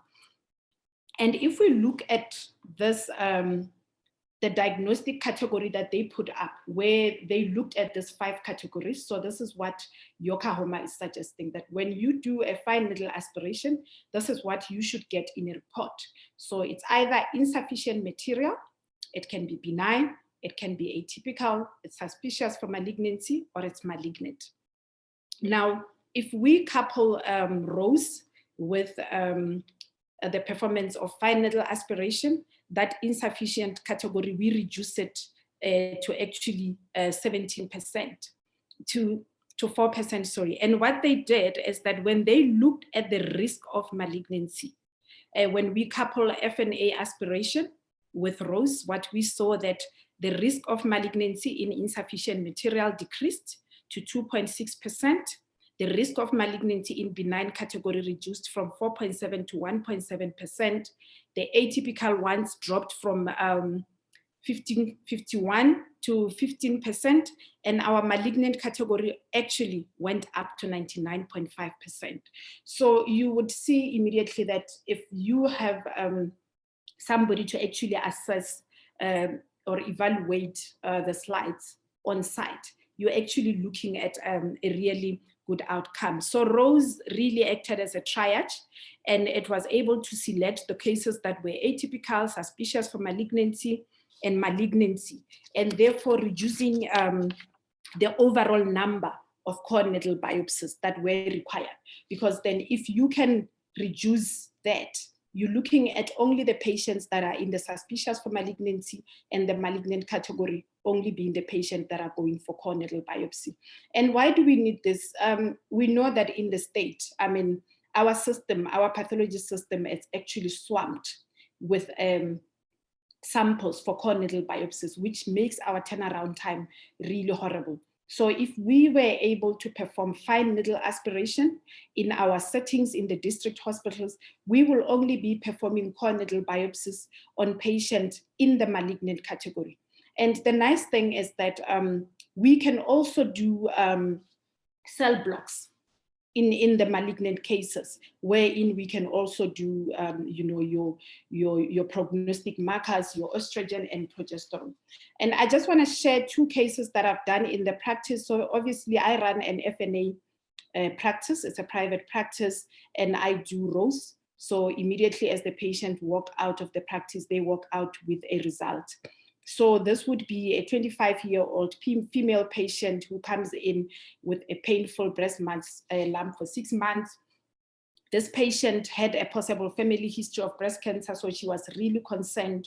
She said her grandmother had breast lumps which were removed a while ago. She wasn't sure what the diagnosis was. She had a rubbery mass, which was mobile, and there were no overlying skin changes. She had no palpable lymph nodes. Clinically already, this looked like it was a benign lesion. And this is the dry smear that I perform within a few minutes, we have this diagnosis, and this patient had a fibroadenoma. So her diagnosis would have been in the benign category. And because we have rows on site, our risk of malignancy in the benign category would have been 1.7% for her. And the second one really is an elderly female patient. This female patient has had severe chest pains for over 3 months. The pain is non-responsive to NSAIDs. She had an X-ray performed which revealed multiple rib fractures, and we really did not know the cause. A couple of months later, this patient then had a breast lump which was detected in her left breast. It was too late for her because on examination at the FNA clinic, the mass was quite big. It was attached to the overlying skin, and she already has a visible pure orange.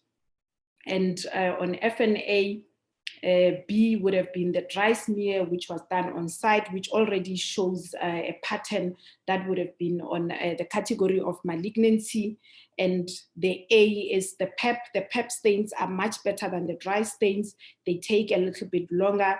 They take about 15 to 20 minutes. So the patients usually sit in the clinic for about 30 minutes to an hour if we want to do the PEP stain. And cell blocks were also prepared, which showed that she had an ER-positive breast cancer. And the diagnosis was made within a week. She had the diagnosis, and she also had her prognosticating markers. Now, this is in an ideal situation where in the private sector, we can do all of that. Unfortunately, the second patient is a patient who does not have a medical aid. And once all of this was done in a week, she had to be handed over to the public sector. And I should say that it's been 2 months and she's still waiting for a bone scan. So FNA can really be used as a screening technique, especially if we want to rapidly just separate our benign patients from the malignant patients, hoping that once we have done that, we can speed up the management of breast cancer, because those that are diagnosed as malignant can either have a cell block, and we can do the prognosticating markers. And I end up by saying that with all of this information, if we can adequately start doing correct FNAs, and we improve communication channels, and we have an integrated functional healthcare system, we can really improve the management of breast cancer by actually diagnosing this very quickly, as you've seen that the patient can walk out of the clinic with a diagnosis immediately. Thank you very much, Dr. Mawela. Thank you very much, Brenda. That was very informative. Thank you very much. Just to ask a question, it's also the question asked by Pulani, who's the pathologist based at LHLS Vet. Can one get the information regarding the receptors? And just to add to that, in terms of the grading and through that FNA, are you able to differentiate from DCIS? Are you able to differentiate DCIS from invasive carcinoma via the FNA? Hi, Pulane, how are you? Obviously, in terms of the pitfalls, grading is another thing that we are currently unable to do. So what we're saying is that if we screen those patients and we are able to pick up the ones that have got malignancy, and we can do this at the district hospital, then we can determine which patients need to go for core needle biopsy for grading. The other challenge is differentiating DCIS from invasive malignancy. Obviously, we need to have, you know, our core needle biopsies are better in terms of determining that you have got invasion of the basement membrane into the stroma.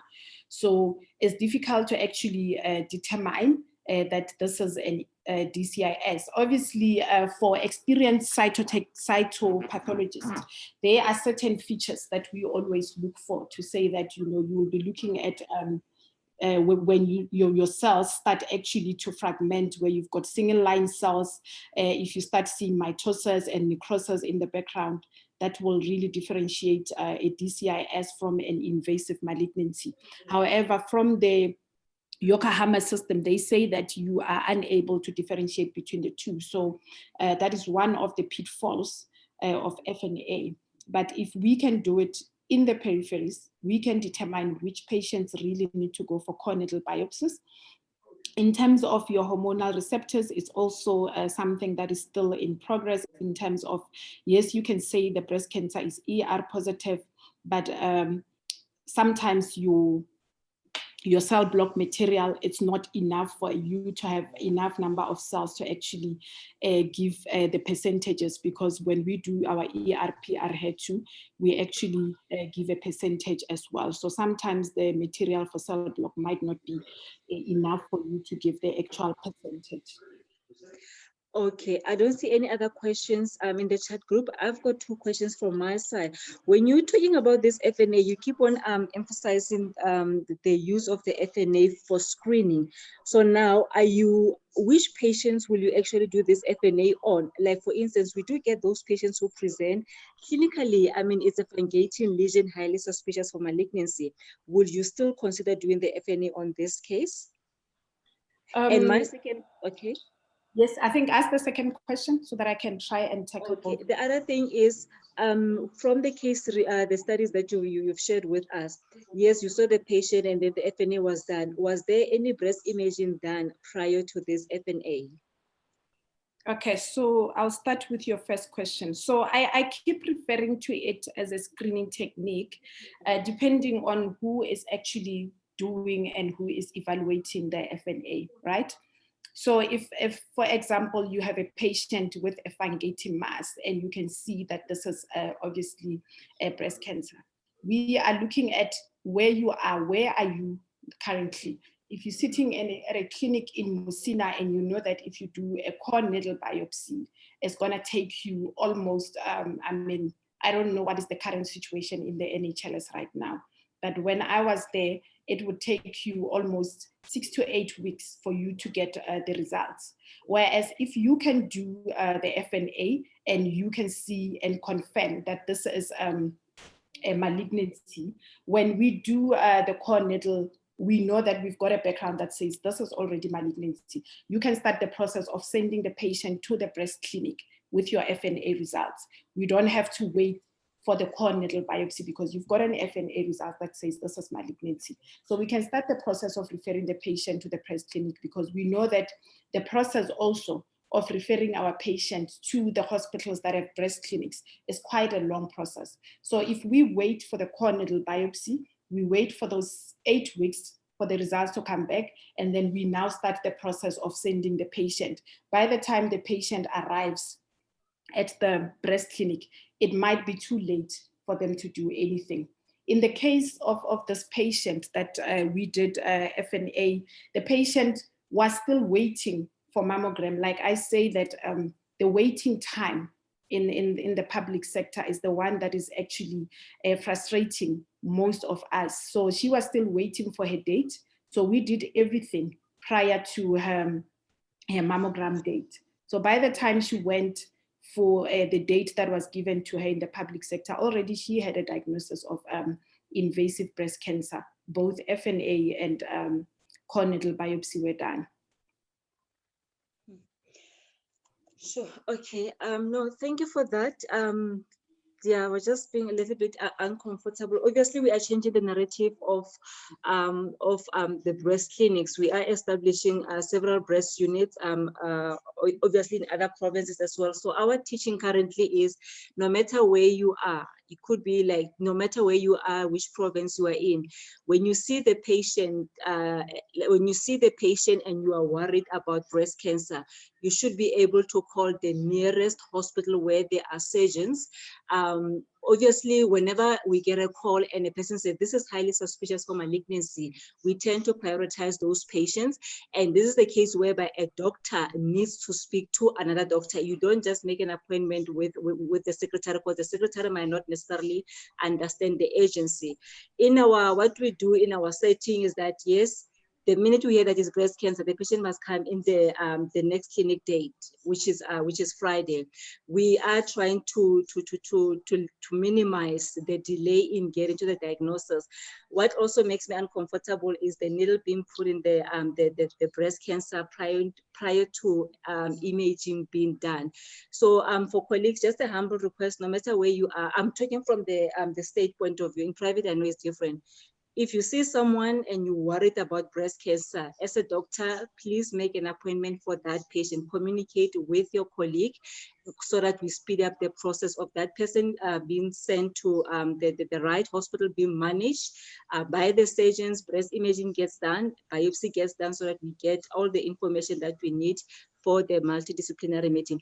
But yeah, I really enjoyed your presentation. So in terms of, you've mentioned this system that your Kahama system. In South Africa, how far are we from getting there? I think, look, there are a few centers in South Africa that are actually having pathologists in the clinic, because what is currently happening, I think the FNAs are performed at the breast clinic by the surgeons, and the material comes to the lab, and we're still sitting with a high rate of inadequacies. So we are quite far from actually getting to this where we can actually have the rows, because the rows is actually ideal, where you have somebody in the clinic that can actually assist you. I don't know in your setting if you guys have somebody at the clinic, because currently I know in Stellenbosch, they have a breast clinic where they actually have a nurse who's qualified to do fine needle aspirations and actually also examine the slide. So she is trained to actually look and say it's adequate. She can pick a malignancy as well. That is the only one that I know. I don't know if in Joburg they have. I know that at DGM we don't have rows. We do have the surgeons performing the FNAs, but we don't have somebody evaluating. So we're still quite far from achieving this, percentages, because obviously we don't couple it with rows. So I don't know, what is your experience in terms of the insufficient results from fine needle aspiration? From our side, we don't do FNAs. So from the time we see the patient goes straight to radiology department. They do the breast imaging. They'll also help us with the core biopsy.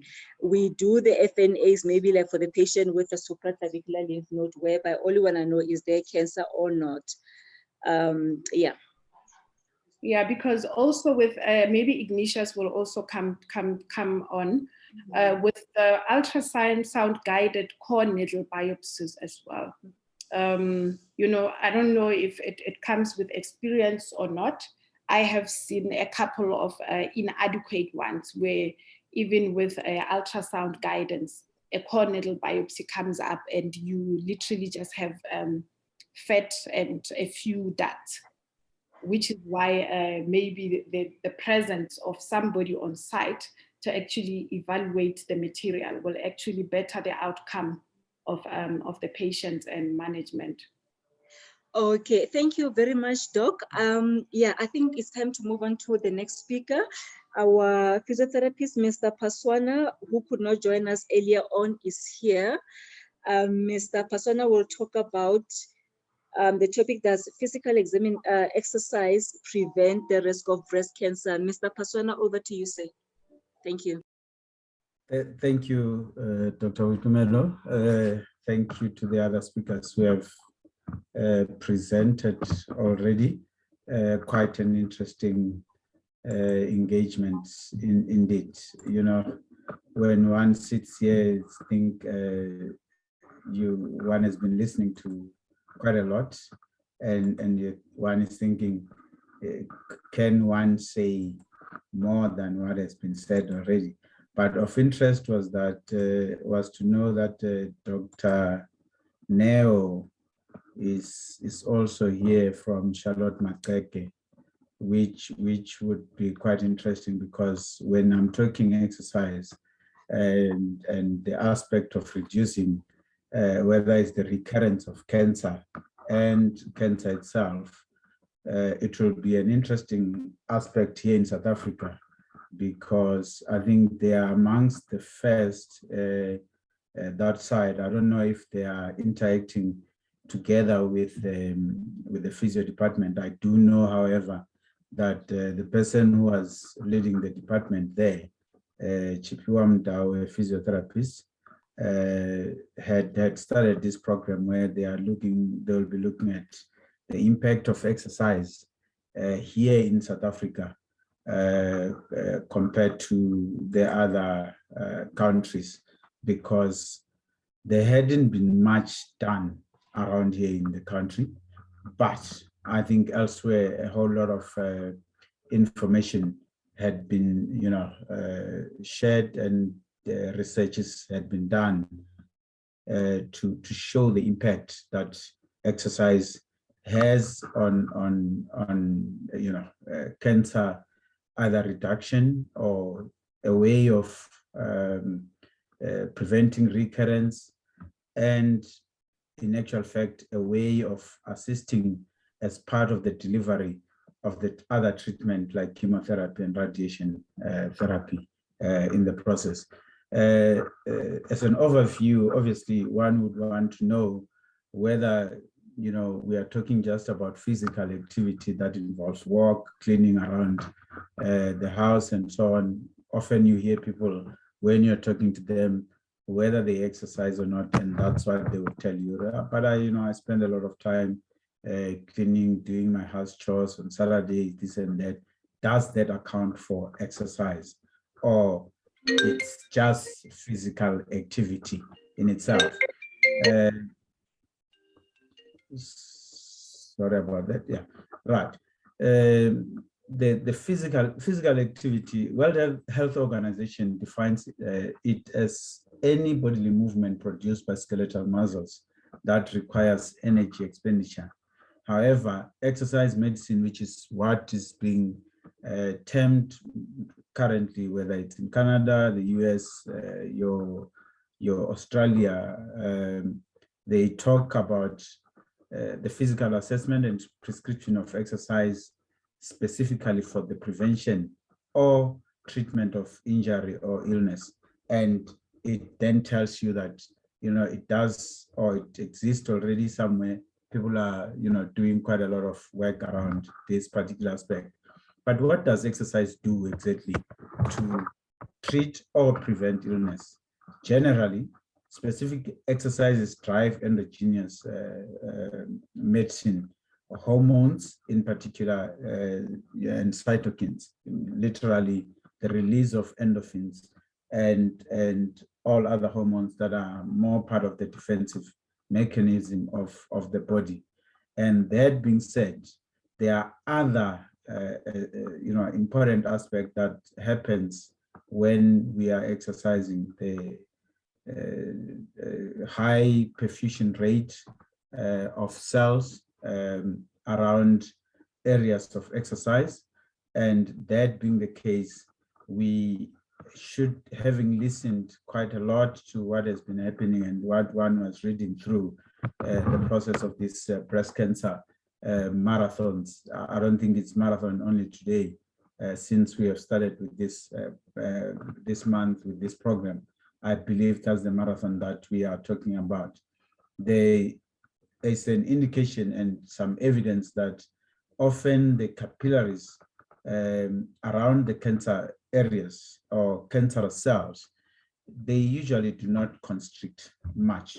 In that sense, if you exercise, the blood flow tends to increase quite a lot towards the area, by therefore delivering the very endogenous medicine. By endogenous medicine, simply saying activating what the body already has inside itself to try and counter some of these cancerous cells or activities that are happening in the body that are unwanted. And the other issue or important aspect would be, as we exercise, we do realize that our body regulates the temperature to a particular level so that their cells are still able to function to an extent. But the fact is that during an exercise or serious exercise, we tend to have the body temperature increasing quite rapidly and high to an extent where it allows, or it will create some of the cells not to be able to, survive a little bit at certain temperatures. And the cancerous cells, we now know that the very idea that we deliver radiation to try and kill them, there is an element of sensitivity towards the high temperature, and that's why we start considering exercises as part of the important aspect of interacting with cancerous cells. The direct structural adaptation and repair, blood perfusion that I've spoken about, and vascular adaptation, and facilitate other therapies and counter side effects that may come with the treatment or other form of treatments of cancer. And that being the case, we then would want to say, having spoken about the few things that I mentioned already, is this evidence-based, or it's one is just having gut feeling and wishful thinking in the process?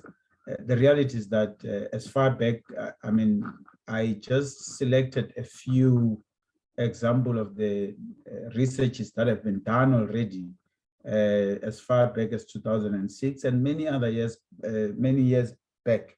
Those researches were done, but importantly, the one which was done in Denmark and it was published on the editorial of clinical oncology. It was talking about, it simply, the heading was like time to get moving. And it was indicating that data has started to accumulate that is linking exercise and or physical activity, which we call exercise, and cancer survival. And that being the case, it was shown in those very studies that the recurrence of these particular, in these particular studies, showed the decrease of recurrence of cancer-specific cells and those cancer-specific death-related by almost 50% and 60%. And I think that is quite a remarkable outcome, more especially when one looks at the fact that they would not have been combined with anything else at that particular point. It was just the studies or case studies that were being done or looked into to look at what the outcome, or if there's any evidence of that. Further to that, there was a prospective cohort studies of post-cancer diagnosis exercise and cancer mortality. This was published in Clinical Cancer Res in 2016, and the outcome of these studies found that across 26 studies of breast cancer, colorectal and prostate cancer patients, there is a 37% reduction risk of cancer-specific mortality, comparing the most and the least, the least versus the most active actually patients, and risk of recurrence and recurrence cancer-specific death was reduced in these particular cases. And further down, one went on to see what other aspects had been done, or was that just the only area where things, the researches were done. There was researches done in the American Sports Medicine journal, which was talking specifically to cancer at this particular point when they were dealing with this, and it was published then in 2010. And in this particular aspect evidence, it was 12 trials that were done for prostate cancer. I only put the prostate cancer one, but there was also evidence for breast cancer patients where 32 randomized controlled trials were done, and the outcome of it were based on a number of things that we could look into, whether in the different category was the aspect of safety, the aerobic fitness, muscle strength, flexibility, physical function, safety, lymphedema onset or worsening, body size and composition, quality of life, fatigue, energy and vitality, depression and anxiety, body image and symptoms, and adverse effects and pain. And in this particular aspect, as you would know, obviously evidence was being evaluated based on the different category level to say how good was this evidence, how bad would have been this. We would have A, B, C, D in the aspect of evidence that was being looked into, but most of them scored at the lowest. The lowest that was picked up was scoring C when you look at the effects of exercise on these aspects or the endpoint results in the 12 trials that were done for prostate cancer and the 32 random controlled trials that were performed.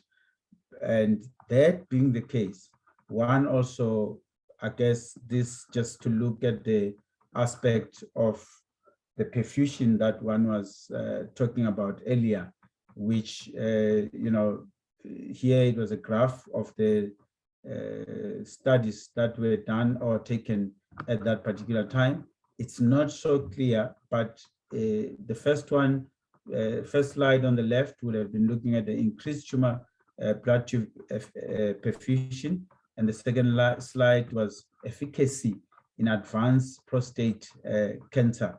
And the two different colors in the efficacy and in the efficacy in advanced prostate cancer, the red color would have been indicating something that talks to the outcome medication that was being given that favored the medication or any other treatment, but the blue part was showing the aspect where exercise would have been incorporated in those studies.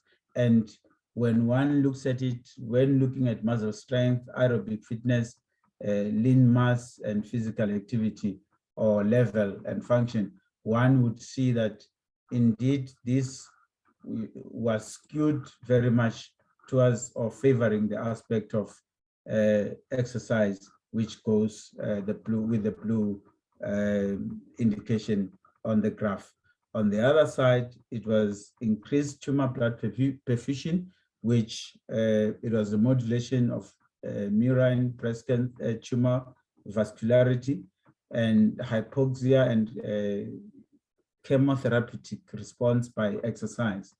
You would have three different lines here that are indicating when there was no exercise included, when there was exercise and chemotherapy, and again where there was exercise or chemotherapy minus exercise. And at that particular point, the red line at the bottom, this was the indication of the outcome with regard to the perfusion in the cancerous cells, meaning delivery of more blood into around the cancerous cells, which then will bring more of the defense mechanism of the body in itself if there's enough blood that is being delivered around the area that it's having cancerous cells. And that being said, then one would have wanted to answer the question, would or is exercise necessary, or does it replace the other aspect of treatment of cancer? No, it doesn't replace the other aspect. And for sure, in one of the studies, then into the very study in 2006, it simply said exercise is not an alternative to chemotherapy, but a critical synergetic medicine that can be used together with the other treatment modalities that are being used there, so that either patients can be able to tolerate some of these treatments a little bit better, or in actual fact, at the early stages, be able to tolerate or find ways of activating the body mechanism to try and fight the very cancerous cells to start with, and when diagnosed, never stop and start actually continuing to exercise while they go through other treatment modalities, which may make them to tolerate those modalities a little bit better. And in actual fact, with these researches that have been done, I mean, the latest that I was talking about was done in 2016. And I think there were still future trials that were still to go on to check further efficacy depending on the type of exercises that people would have engaged in. And that too was actually, there was research that was dealt with regarding such activities. And unfortunately, because I had the limit of this, the slides that I could use, I can be able to talk about it that instead of just aerobic exercise or just weight related or vigorous exercise, a combination of both those exercise can actually give much better results to the patients and end up with the patient's survival being improved or increased, and also being able to cope and have a better quality of life as they move along. So having said that, the recommendation would be that obviously we have not had much of this researches in our country, and maybe starting to collaborate between collaboration between all these team members to make sure that the outcome of the patients are much better improved. There should, be a way where we can start having exercise commencing as soon as possible after diagnosis, maintaining exercise regardless of cancer type, stage, or when undergoing difficult treatment, tailored exercise prescription to address specific needs, obviously, because depending on what the patient is suffering from, the exercise or the rehab specialist should be able to, or are better equipped to have those kind of exercises that will either is for pre-rehabilitation for surgery, chemotherapy, radiation therapy, or immunotherapy, or enhance primary treatment, or at least prevent side effects and optimize recovery or reduce comorbidities and recurrence, or palliative support as may be in some of the patient. And I think that will be just about that in the short little time that we have, but there's good space for engagement and further collaboration amongst healthcare professionals. Thank you. Thank you very much, Lutendo, Mr. Paswana. I think that was quite informative. We've been trying, over the last few sessions to really look at the interdisciplinary approaches to how we manage patients, and particularly breast cancer. And I know that you are a huge advocate, for this. What I wanted to ask you is that if exercise increases blood flow to tumors, you did give or share a benefit to say that might increase, immune cells and other chemicals to target cancerous cells, or even medicines themselves to reach cancerous cells. But what if these cancers feed off the blood supply, and I mean, how do you tell the balance between helping a cancer cell to grow because you are keeping it alive through increased blood flow versus blood flow to as part of treatment? If you can clarify that in 30 seconds, my brother. Yeah. No, thank you for that. I guess the one of the important aspects is that the very idea that we talk about temperature increase at that particular point, which deters or makes some of the cells or cancer cells not to function better at that particular point. So it sort of balances off the idea of bringing much more blood while you are having more chemical reaction within that area, sometimes with a byproduct of high level of heat within the area. And that would counter some of what may be looked at as probably giving a platform for cancer cells to actually grow. But that being said, one would not totally want to work in silos. That's why you want to work with the other specialists so that you are able to see if the outcome is what is intended at that particular point. And different patients will respond differently in such cases. Yeah. No, thank you. Thank you very much for that. Colleagues, we are out of time. I just want to ask my co-chair, Dr. Phakathi, to just summarize the session and thank everyone, and then I will just share the updates for today. Dr. Phakathi. Thank you, Dr. Mawela. Thank you to all the presenters for your insightful talks, and thank you for colleagues who were able to join us. I really learned a lot. I really learned a lot from all of you. My advice will be, yes, let's promote the importance of healthy lifestyle, exercising, eating a well-balanced diet. And then as colleagues, let's identify those patients who are at high risk for getting breast cancer. Once we identify them, no matter where you are, Bianca has shared the details so as to how you can contact them. Let's refer those patients so that they can be counseled, and then obviously our genetic specialist will be able to decide which one needs the testing.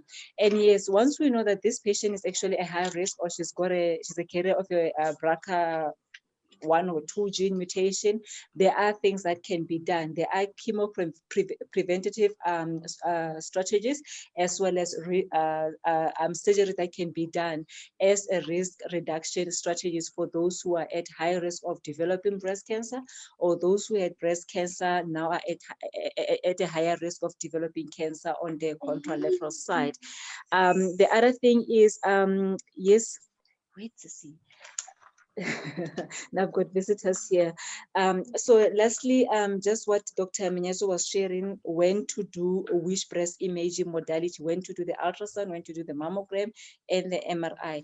What is normally done, especially like where you're suspecting breast cancer, you find that they'll do the mammogram and add the ultrasound, because the ultrasound will helps more with the with describing the lymph nodes. Are we dealing with the reactive nodes, pathological nodes, or what? Whereas you can't get that in a mammogram is not reliable in doing that. And yes, I agree, for those patients with dense breast, usually the young ones, there is a room for breast MRI. And thank you also for sharing the other imaging modalities which can be used as adjunctive modalities to the breast, to the mammogram that we use regularly. So yes, yeah. So for colleagues, wherever you are, please, when you see a patient, be it at the clinic, you're suspecting breast cancer, please call. Then, if you are closer to the breast unit, please call the surgeons there and make an appointment and arrange for the patient to be seen sooner. If, let's say, there are no, the breast unit currently in state hospitals, I know Pretoria, Steve Biko, Dr. Josh Mokari, in Joburg, there's Charlotte Makreke, Helen Joseph, as well as Chris Hani Baragwana, Pulosong also, we started in August. Obviously, there will be more breast units coming up. If, let's say, you are not sure call the nearest regional hospital, speak to the surgeon. They'll be able to fast track that patient being seen, the diagnosis being done. I know the turnaround time for the core biopsies is 3 to 4 weeks. There is some improvement in that. And yes, our colleague has also mentioned the role of an FNA that they're currently using in private and also some state hospitals. But the minute you're suspecting cancer, get that patient across to the team that can manage the patient comprehensively. I will end here, colleagues. Thank you very much. Thank you very much, Dr. Pakati, my co-chair. You have made it very easy and engaging for me, to facilitate this session. To our presenters, from Bianca to Dr. Brenda, Ignatius, Lutendo, Neo, I'm using your first names because that's what I've been typing in preparing this particular session. Dr. Machete, I know this is your family time, but you have committed really to provide information to empower health workers. May all your plans, good plans, come to pass so that as you become successful, we also grow and become better people. My only contribution really after all these discussions is that we need to come back and we need to really look at the urban-rural divide, the public-private divide, and maybe look at then what is it that, some proposals that we can also propose to our National Department of Health around the care of women. We still need to come back and really relook the issue of screening. It seems like there's a huge wall there, which is a gatekeeping process, which might limit access to some of the interventions that were shared today. So thank you very much also to our audience, participants, doctors, nurses, all specialties, our allied, everyone who attended. We really appreciate you for always also staying with us until this late. Just to say that next week we are changing gears a bit and we want to look at mental health and understand the issue of anxiety, depression, and anger in men. So we want to put men in the spotlight as we build up to the issues of 16 days of activism, the World AIDS Day, and other big issues, public health issues that we have. I know that this topic is of interest to most of us. So I really look forward to getting, some of the great people to come and share with us their insights around how we help us men to deal with this. In terms of breast cancer, to my panelists, you can see that we can never say it's enough. So we might need to do some symposium over a Saturday and host, everyone there so that we can have enough time and some skill sessions on FNAs, and so on. So I just want to appreciate all of you and say good evening. May you have a great time with your families and may you rest and may God be with all of you. Thank you very much. This session is officially closed. Thank you.